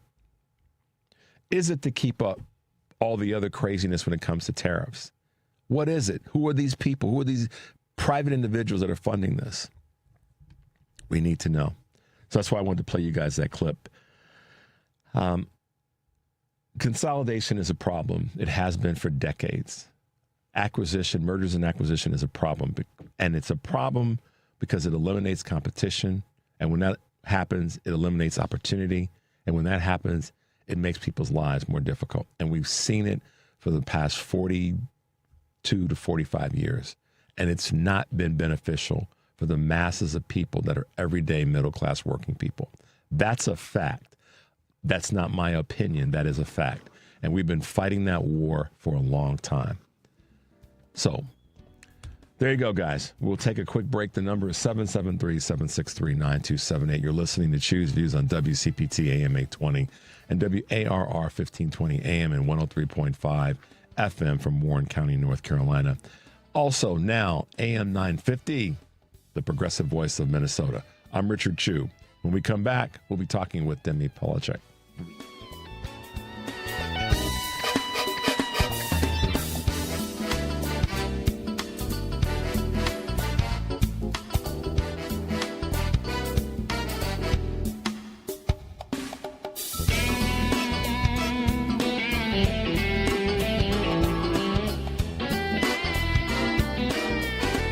A loved one owns a gun, and for a while now, you've been concerned about their behavior.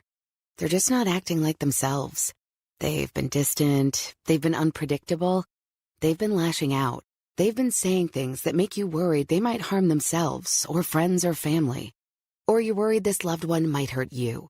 Maybe they recently threatened someone with their gun. You know something needs to be done, and you wish more than anything you could hit pause on this situation. Well, here in Illinois, you can, with a firearm restraining order.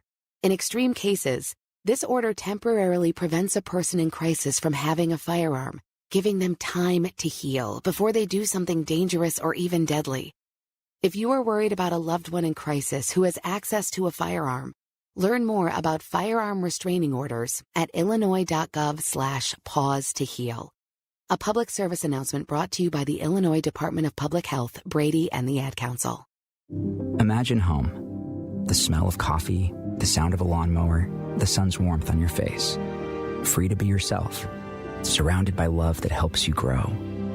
This is a place to call home. That's an American dream we all deserve. But in 50% of U.S. states, you could legally be denied housing if you are LGBTQ+. Get the facts and hear real stories at lovehasnolabels.com. Brought to you by Love Has No Labels and the Ad Council. After my wife died, I felt like I lost everything, including my love of fishing. But one day, my granddaughter called, and I realized I still had a lot to look forward to. I got referred to a psychiatrist who explained depression can happen to anyone. Getting help doesn't make me weak. It makes me stronger. I just wish it made me better at fishing. Mental health care is working for Diego. See what it can do for you at mentalhealthcareworks.org. A message from the American Psychiatric Association Foundation. You're listening to WCPT 820. Here's the latest Chicago weather update. From the Weatherology Weather Center, I'm meteorologist Jennifer Wojcicki. Skies will become mostly sunny here for today. We'll see high in the upper 50s. West winds around 10 to 15 miles per hour, gusting as high as 35. Then for tonight, a slight chance for some rain showers here late. Cloudy skies develop below near 48. By Wednesday, a slight chance for rain, mostly cloudy, high 58 degrees. And Thursday, partial sunshine, a high around 57. That's your latest Chicago weather update. Currently, it's 52. Because facts matter. You're listening to WCPT 820.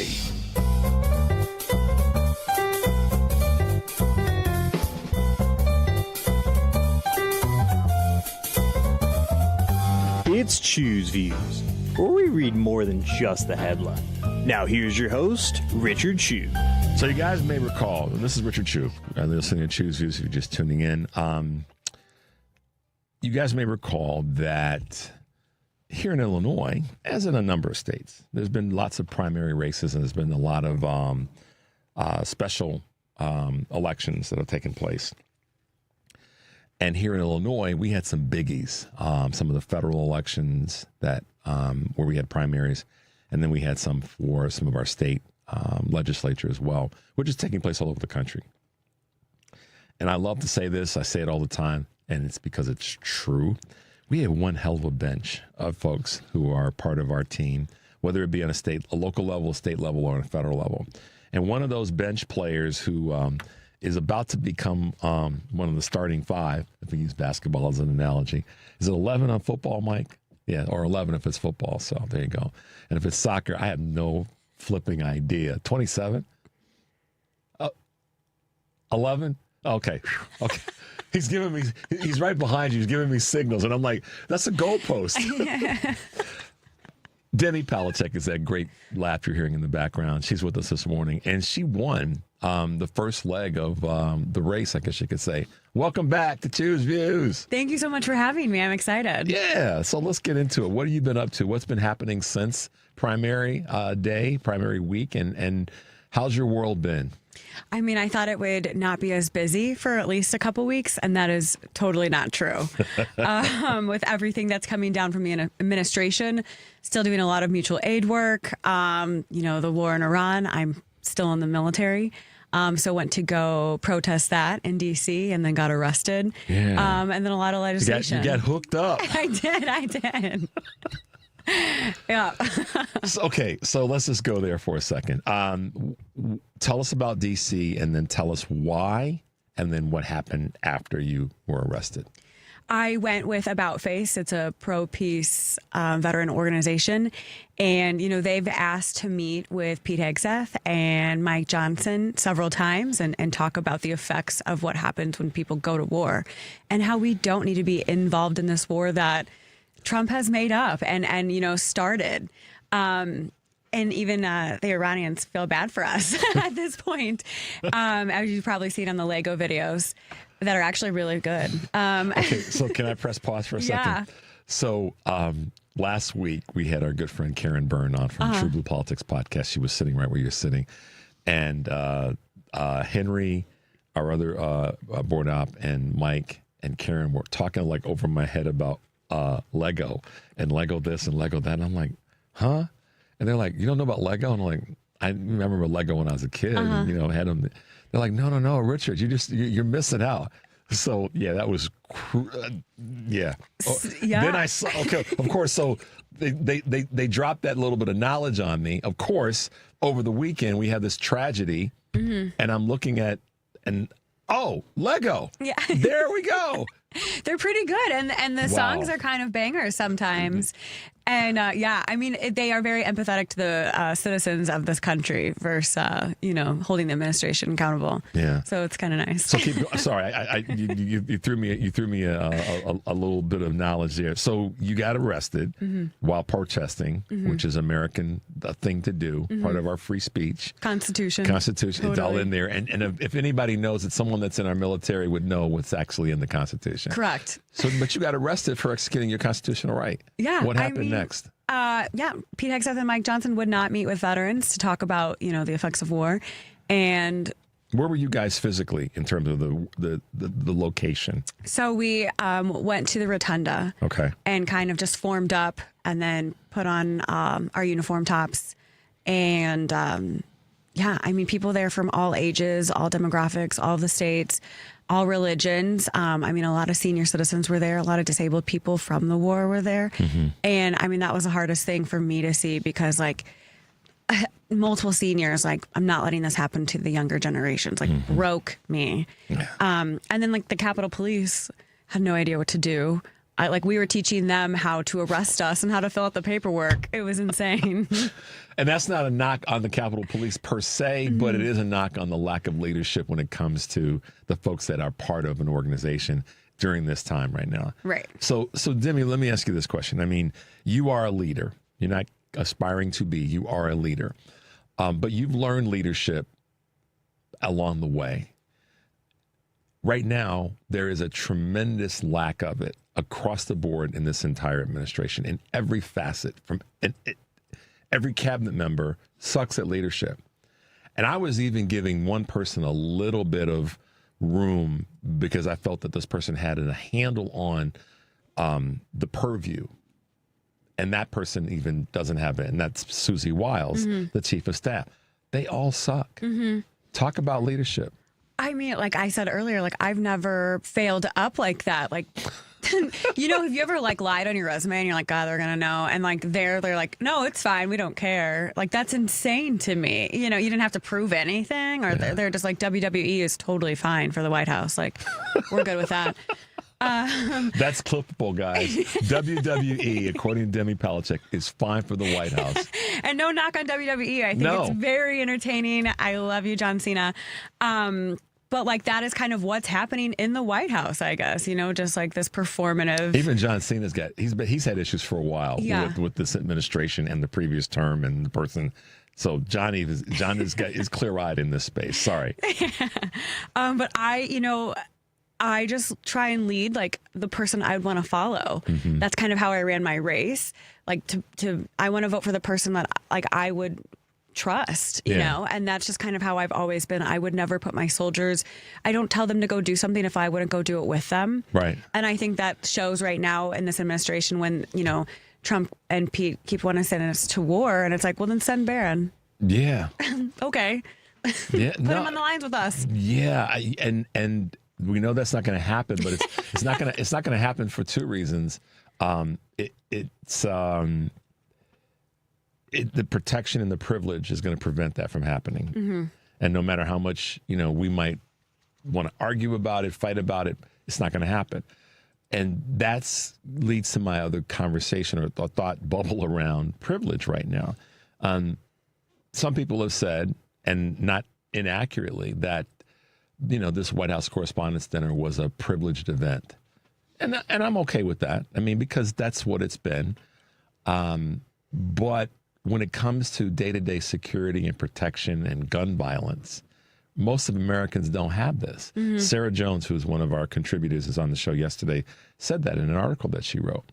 The privilege that comes from where you are when it comes to gun violence has a lot to do with you being protected. What happened Saturday was a tragedy. However we look at it, whatever we want to call it, how it got to the point, failure of secrets, whatever. It was still an event where the people in that room had the privilege of being protected, and not like the people who are everyday citizens walking around in America. And I'm gonna bring this to kind of how you've seen. What you've seen as a candidate and someone that's won a race when it comes to privilege that different people experience versus that which others don't. And she smiled when I said those words.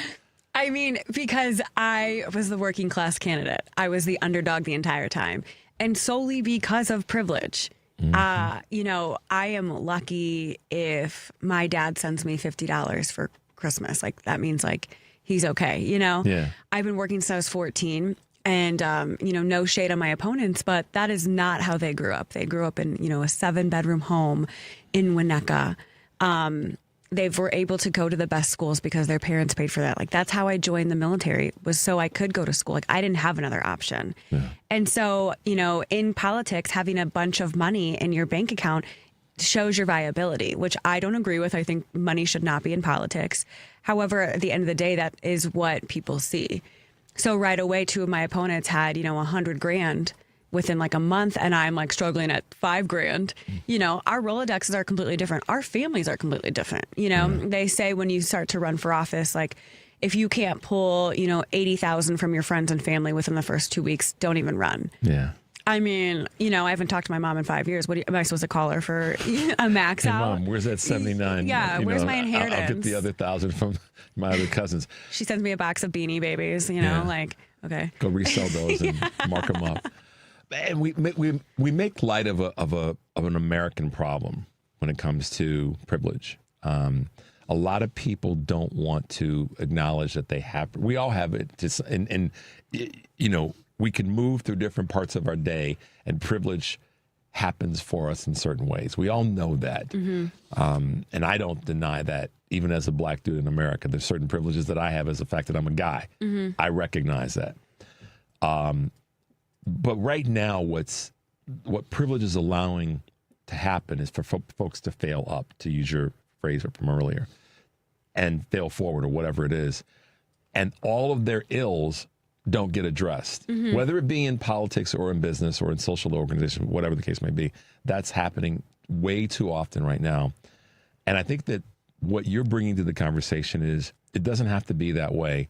It shouldn't be that way, but that doesn't mean that we should continue to let it just kind of go on and on unchecked. What am I talking about? I'm talking about money and politics. I'm of the mindset, Demi, that money and politics isn't inherently bad. I've said that on my show. And I believe that. It's not inherently bad. What's bad is if it's in the wrong hands, the wrong hands of people with the wrong ideas and goals.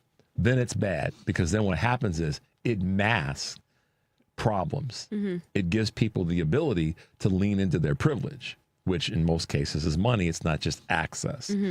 And so you've done a masterful job of working around that and bringing out the problems of money in politics because of the bad things that it has done and how it's allowed people to fail upward, fail forward.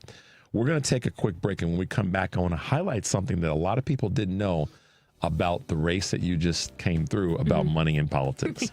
773-763-9278 is a number. I'm Richard Chu, and you're listening to Chu's Views on WCPT AM 820 in Chicago and WARR 1520 AM and 103.5 FM from Warren County, North Carolina, and as well as our good friends at AM 950, the progressive voice in Minnesota. I'm Richard Chu. We're talking with Demi Palecek, and we'll be right back.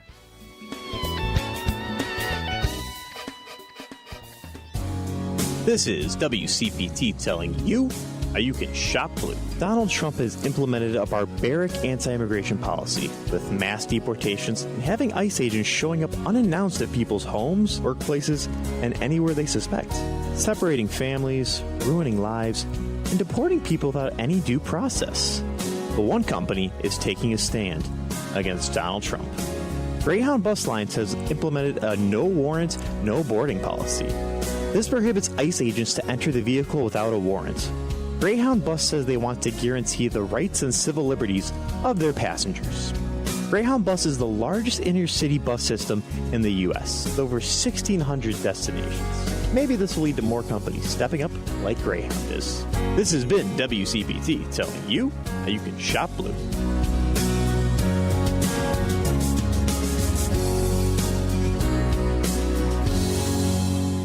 Spring is here and summer heat is right around the corner. Is your home ready to stay cool and energy efficient? At Green Attic, they help Chicagoland homeowners prepare their homes for rising temperatures. With over 15 years of experience and more than 1,000 five-star reviews, Green Attic is a trusted expert in attic insulation, blow-in cellulose, spray foam, crawl space encapsulation, mold remediation, and solar attic fan installation. When the sun heats up your attic, that trapped heat can force your air conditioner to work overtime. Proper insulation and ventilation helps keep your home cooler and lowers your energy bills. Green Attic also offers full-service roofing through Green Attic Roofing, including asphalt shingles, flat roofs, Da Vinci, Brava, Cedar, Tesla solar roof, and solar panels options, all backed by the industry's 10-year labor warranty. Spring is the perfect time to fix insulation problems and aging roofs before the summer heat and storm season arrive. Schedule your free insulation consultation today at greenattic.com or get an instant roofing estimate at greenatticroofing.com. Green Attic, healthy home, happy family. Hey Google, play WCPT. Streaming Chicago's progressive talk from TuneIn.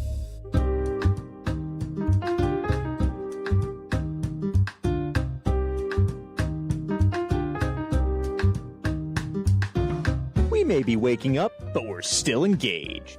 It's Chu's Views with Richard Chu. All right, guys, welcome back to the show. I'm Richard Chu. If you're just tuning in, this is Chu's Views. And these next few minutes, we're going to continue talking with our good friend, Demi Palecek, who just kind of beat some folks back. Listen, I'm here to fight, y'all. Okay. Money and politics, I've said it before, it's not inherently a bad thing. It's how it's used and by whom it's used. Some will disagree with me on that, and I get that, why they would, because the topic is what it is. Fair Shake dumped a ton of money in Illinois races. And when I did a little digging, I come to find out, how they're funded through a bunch of crypto boys. Okay. And they dumped a ton of money in the Senate race with Lieutenant Governor Stratton, U.S. Congressman Krishnamurthy, and Kelly. Ton of money. Mm-hmm. I think a little slipped over in the race that you were in. I don't have the numbers on that. But one of the areas, one of the groups that very quietly dumped a bunch of money in Illinois races because they got ticked off at the fact that the legislature said we're going to have to put some guardrails on this gambling, is DraftKings. A lot of people don't know that they're part of the funding for a PAC called America Future PAC, funded by DraftKings. And they threw a bunch of money against your race. Talk a little bit about that. So, like I said, my Rolodex is completely different than my opponents or a lot of people in politics. So, DraftKings came after me. Meta came after me. AIPAC even put money in against me. And then I believe in healthcare for, I do believe in healthcare for all, LOL. But housing, I think that, housing is very expensive. I think that we can build, and I think there's a lot of things that we can be doing to make sure everyone has housing. The real estate people do not love that either. So I was outspent, I think, like 20-1 at the end of the day. Like, essentially it costs per vote of to reach people, right? So if that's digital, if that's mail, if that's a text, whatever, you kind of accumulate all of that and do the math of how many votes you got. So my cost per vote was $15. My opponent that had over $1 million throughout the race, I think his was like $1,500 per vote. And came in fourth place. So, I mean, my district is very progressive. They are very knowledgeable voters. So I am lucky for them to understand and know what's going on. But, have it be a different area. You've seen all these flashy mailers and these funny puns and things like that. If one of these real estate people would have won, I wouldn't be able to afford to live there, So it is dangerous on what happens and who gets involved in elections. So talk about your district for a second, because one of the things that always comes to mind for me is what are the people in the community really saying, and not just about you, but let's keep on the theme around money in politics, and particularly when it comes to the conversation around money in local races coming from outside of an area. I mean, that's one of the biggest issues I've got with it. It's because to me that then says that money's not good. Mm-hmm. Because why would an organization that's DraftKings is based in Boston, Massachusetts. Mm-hmm. Why in the hell are they trying to put money toward races in Illinois? Well, we know why. Because our legislature said we're going to add a little bit to the cost of you, having your online gambling be operational in Illinois.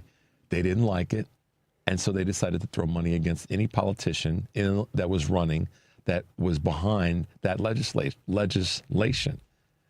That's dirty money. Yeah. I think whether it go toward another Democrat or it go to a Republican, it's dirty money, because Boston ain't got nothing to do with what's going on in Chicago. But the company got called to the carpet. Mm-hmm. They didn't like it, and they decided to throw money against our people. What I think is crazy is, I'm a Democrat. I'm way more left than a Democrat. But, I think it's like a spectrum of Democrat or like a spectrum of progressiveness, right? Because in my district, we are working class. We are the underdog. We take care of each other. So we did not like that. Like, we are a tight-knit community. If we need a sandwich, we know we can go to our neighbor. I do know other people who ran in other places who are less progressive, and got a lot of money from DraftKings as well, and it didn't affect them. They're like, this is how we have to win. And they're like, yeah, we get it.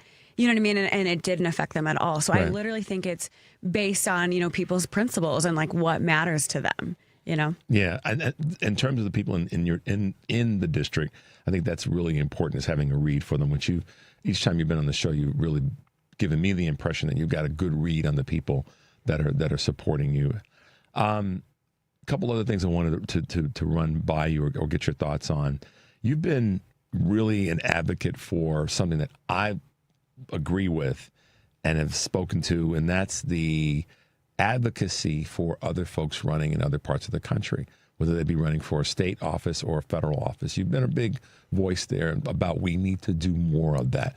So talk about what you've been doing and talk about why you see and what you see in terms of the importance of that.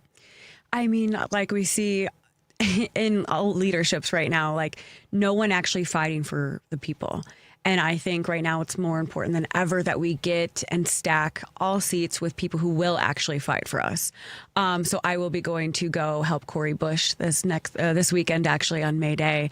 Hassan Piker's even going to go with her as well. It's from where I'm from, Southern Illinois.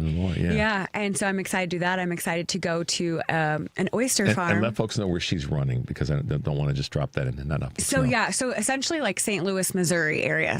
But I pretend I'm from St. Louis. I'm from a cornfield. So not Illinois, but more Missouri. But she lost her last election after she was in Congress because AIPAC put in millions of dollars against her because she would not vote how they wanted her to. So they just got her out. Yeah. You know, they're trying to get most of the squad out. So then I will also be going to an oyster farm for Graham Plattner, Common Defense. It's a veteran group, and Graham has done a lot of things for the veterans. And met him recently, and I mean, I think that he will fight. And we've had very serious conversations with all these candidates. As you know, I'm backed by Leaders We Deserve, which is David Hogg, and they have strong conversations with me. Like, you do not ever go against the people. You do not ever change, and we'll primary you. And, I don't think I ever would, but, we see Fetterman completely changing his views, and we're like, all right, we got to get him out. Yeah. I think Fetterman's a good example of someone that we were quote unquote warned by the folks there that he wasn't the best candidate, and people didn't listen. And again, I'm not throwing any shade at the folks in Pennsylvania, but that was a conversation that I remember. And a lot of black folks in the area, in the state, said, I don't know. And folks didn't listen. And I would be remiss if I didn't say one thing very clearly. I wrote an article in Substack where I was letting David know, your colleague, listen to us, older folks. Don't diss us. And I'll say that because I would be hypocritical if you've mentioned his name a couple times if I didn't say that now. David's a smart guy, but one of the things that I said in my Substack article is when Magic Johnson became a rookie with the Lakers, he listened to Kareem Abdul-Jabbar, and they worked together and they won a bunch of championships. So my advice still holds true. Don't diss the people who are older chronologically, because not all of us think like everybody else that's of the age. Partner in a way that says we both bring some heat to the table, and that way we win, because then we pull more people. I learned a long time ago, politics is a game of addition, not subtraction. So here's my advice to you guys, unsolicited.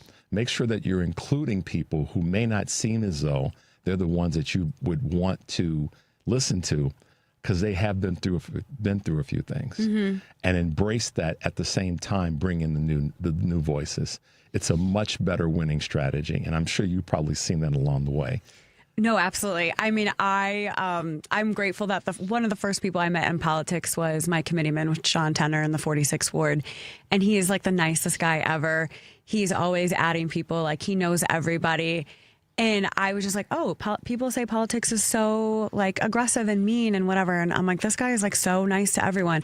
And that kind of jaded me the opposite way. Or, meeting you and I'm like, oh yes, add everybody. And then I feel like for David, it was a shark pool for him to begin with. So I think that's jaded him that way. But no, David, his heart is in a good place, and I couldn't have won without him. I know other candidates that couldn't have, but he, he's been burned a lot by the party, by a lot of people, and so he's just trying to maneuver his way around. But no, I think we should all have an event together. That's what the learning that's the learning curve of getting chronologically older will teach you, is that you're gonna have those moments where you get tinged a little bit. And then you determine who you really want to trust and have in your network. So you guys have done a good job of that. I'll give you that compliment without a doubt. One of the things that I've learned as I've gotten older is to be able to give critique and compliments in the same sentence. And that's how we all, I think, get stronger.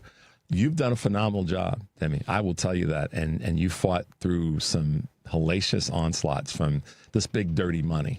And there's no question. DraftKings is one in terms of how they immerse ourselves in Illinois politics. Not a good thing. So what do you got to say as we wrap up? Because we got to get out of here in a second. Yeah. Well, thank you so much for having me. I'm very excited. Still excited to fight for the people and see what else we can be doing. Please follow me on social or my website, Demi for Illinois. Also, we do a lot of mutual aid. Tonight is actually Sandwich for Solidarity. That's right. Oh, yes. Yeah. Forgot about that. Yeah. So, Sandwich of Solidarity, y'all. Mutual aid in the area. So we get together. I'll go to Costco in a couple hours. I fundraise low dollars, so we are still $200 away from our budget to go and buy the food for people to have dinner tonight, essentially. And then we make sandwich packs for them to go and for their families. We also collect hygiene products, shoes, clothes, anything like that that could be helpful to get people back on their feet. But yeah, go to my Instagram or Facebook. It's all over that. Would love to have you there. Or if you aren't there, please donate. It is super important that we are obviously feeding our neighbors and children. Demi Palecek, y'all. Thanks for everybody for hanging out with us today. We enjoy your comments and your contributions always. Stay tuned for the Stephanie Miller Show. Take a deep breath and make your life count. We'll see you tomorrow.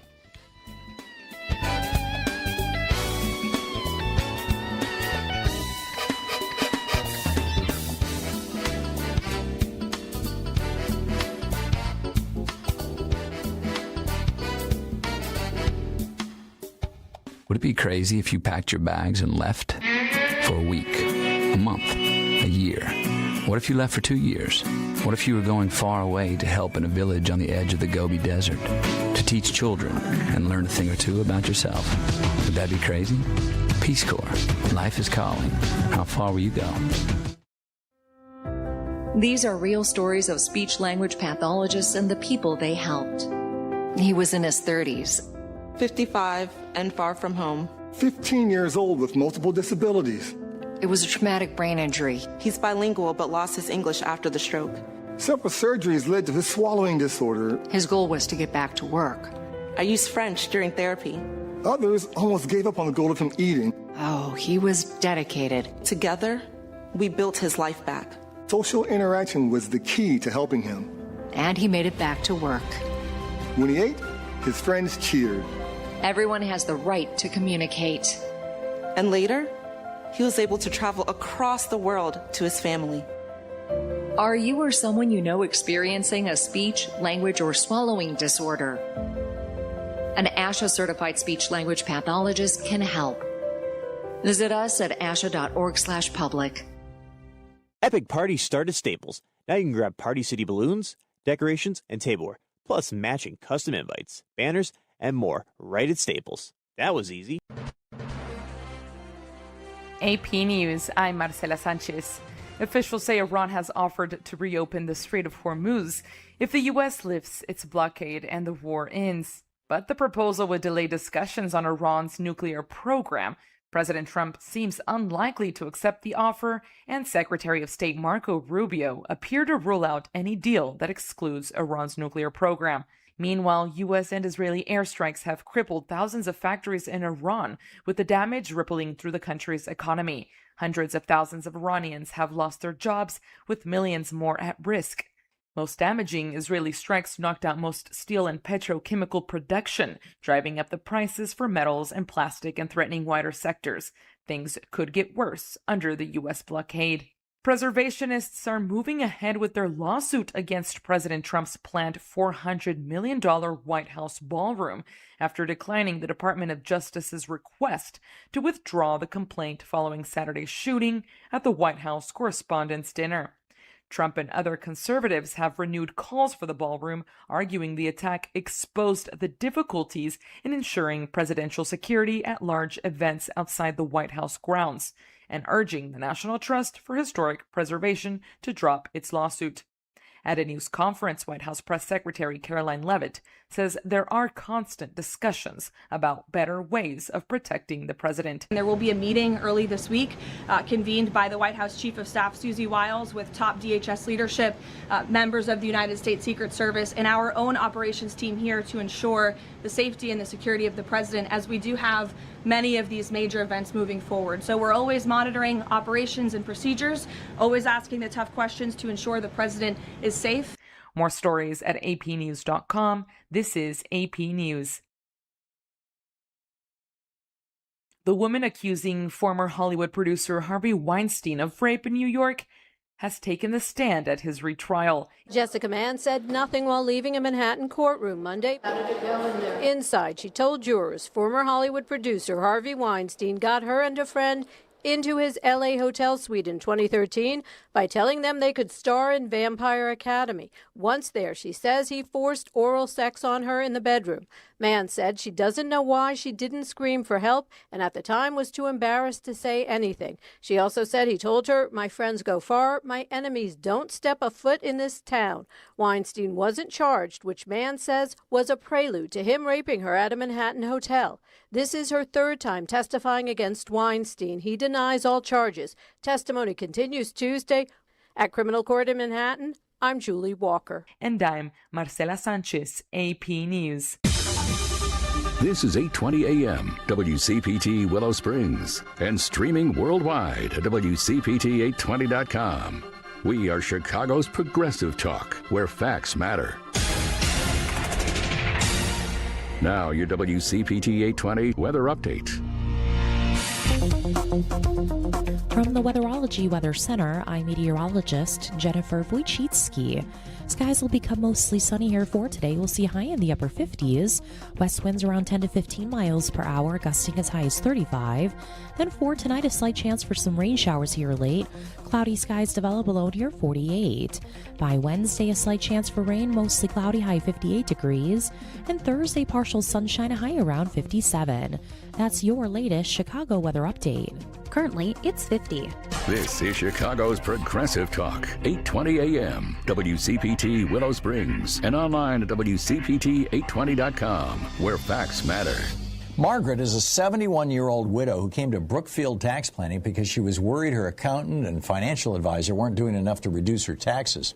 During their free, no-obligation tax reduction review, it was revealed that Margaret had been overpaying $7,250 each year since her husband passed. $102,000 lost forever due to a lack of proactive tax planning. Her accountant does returns after the year is over when it's too late. Her advisor handles her investments but doesn't reduce her taxes. Once the year ends, tax reduction options shrink to almost nothing. Retirees and business owners should plan ahead now using legal proactive strategies to slash taxes. Stop overpaying. 94% of Brookfield's new clients are shocked that they've been paying too much every year.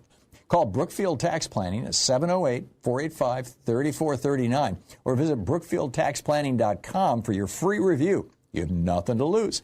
That's BrookfieldTaxPlanning.com.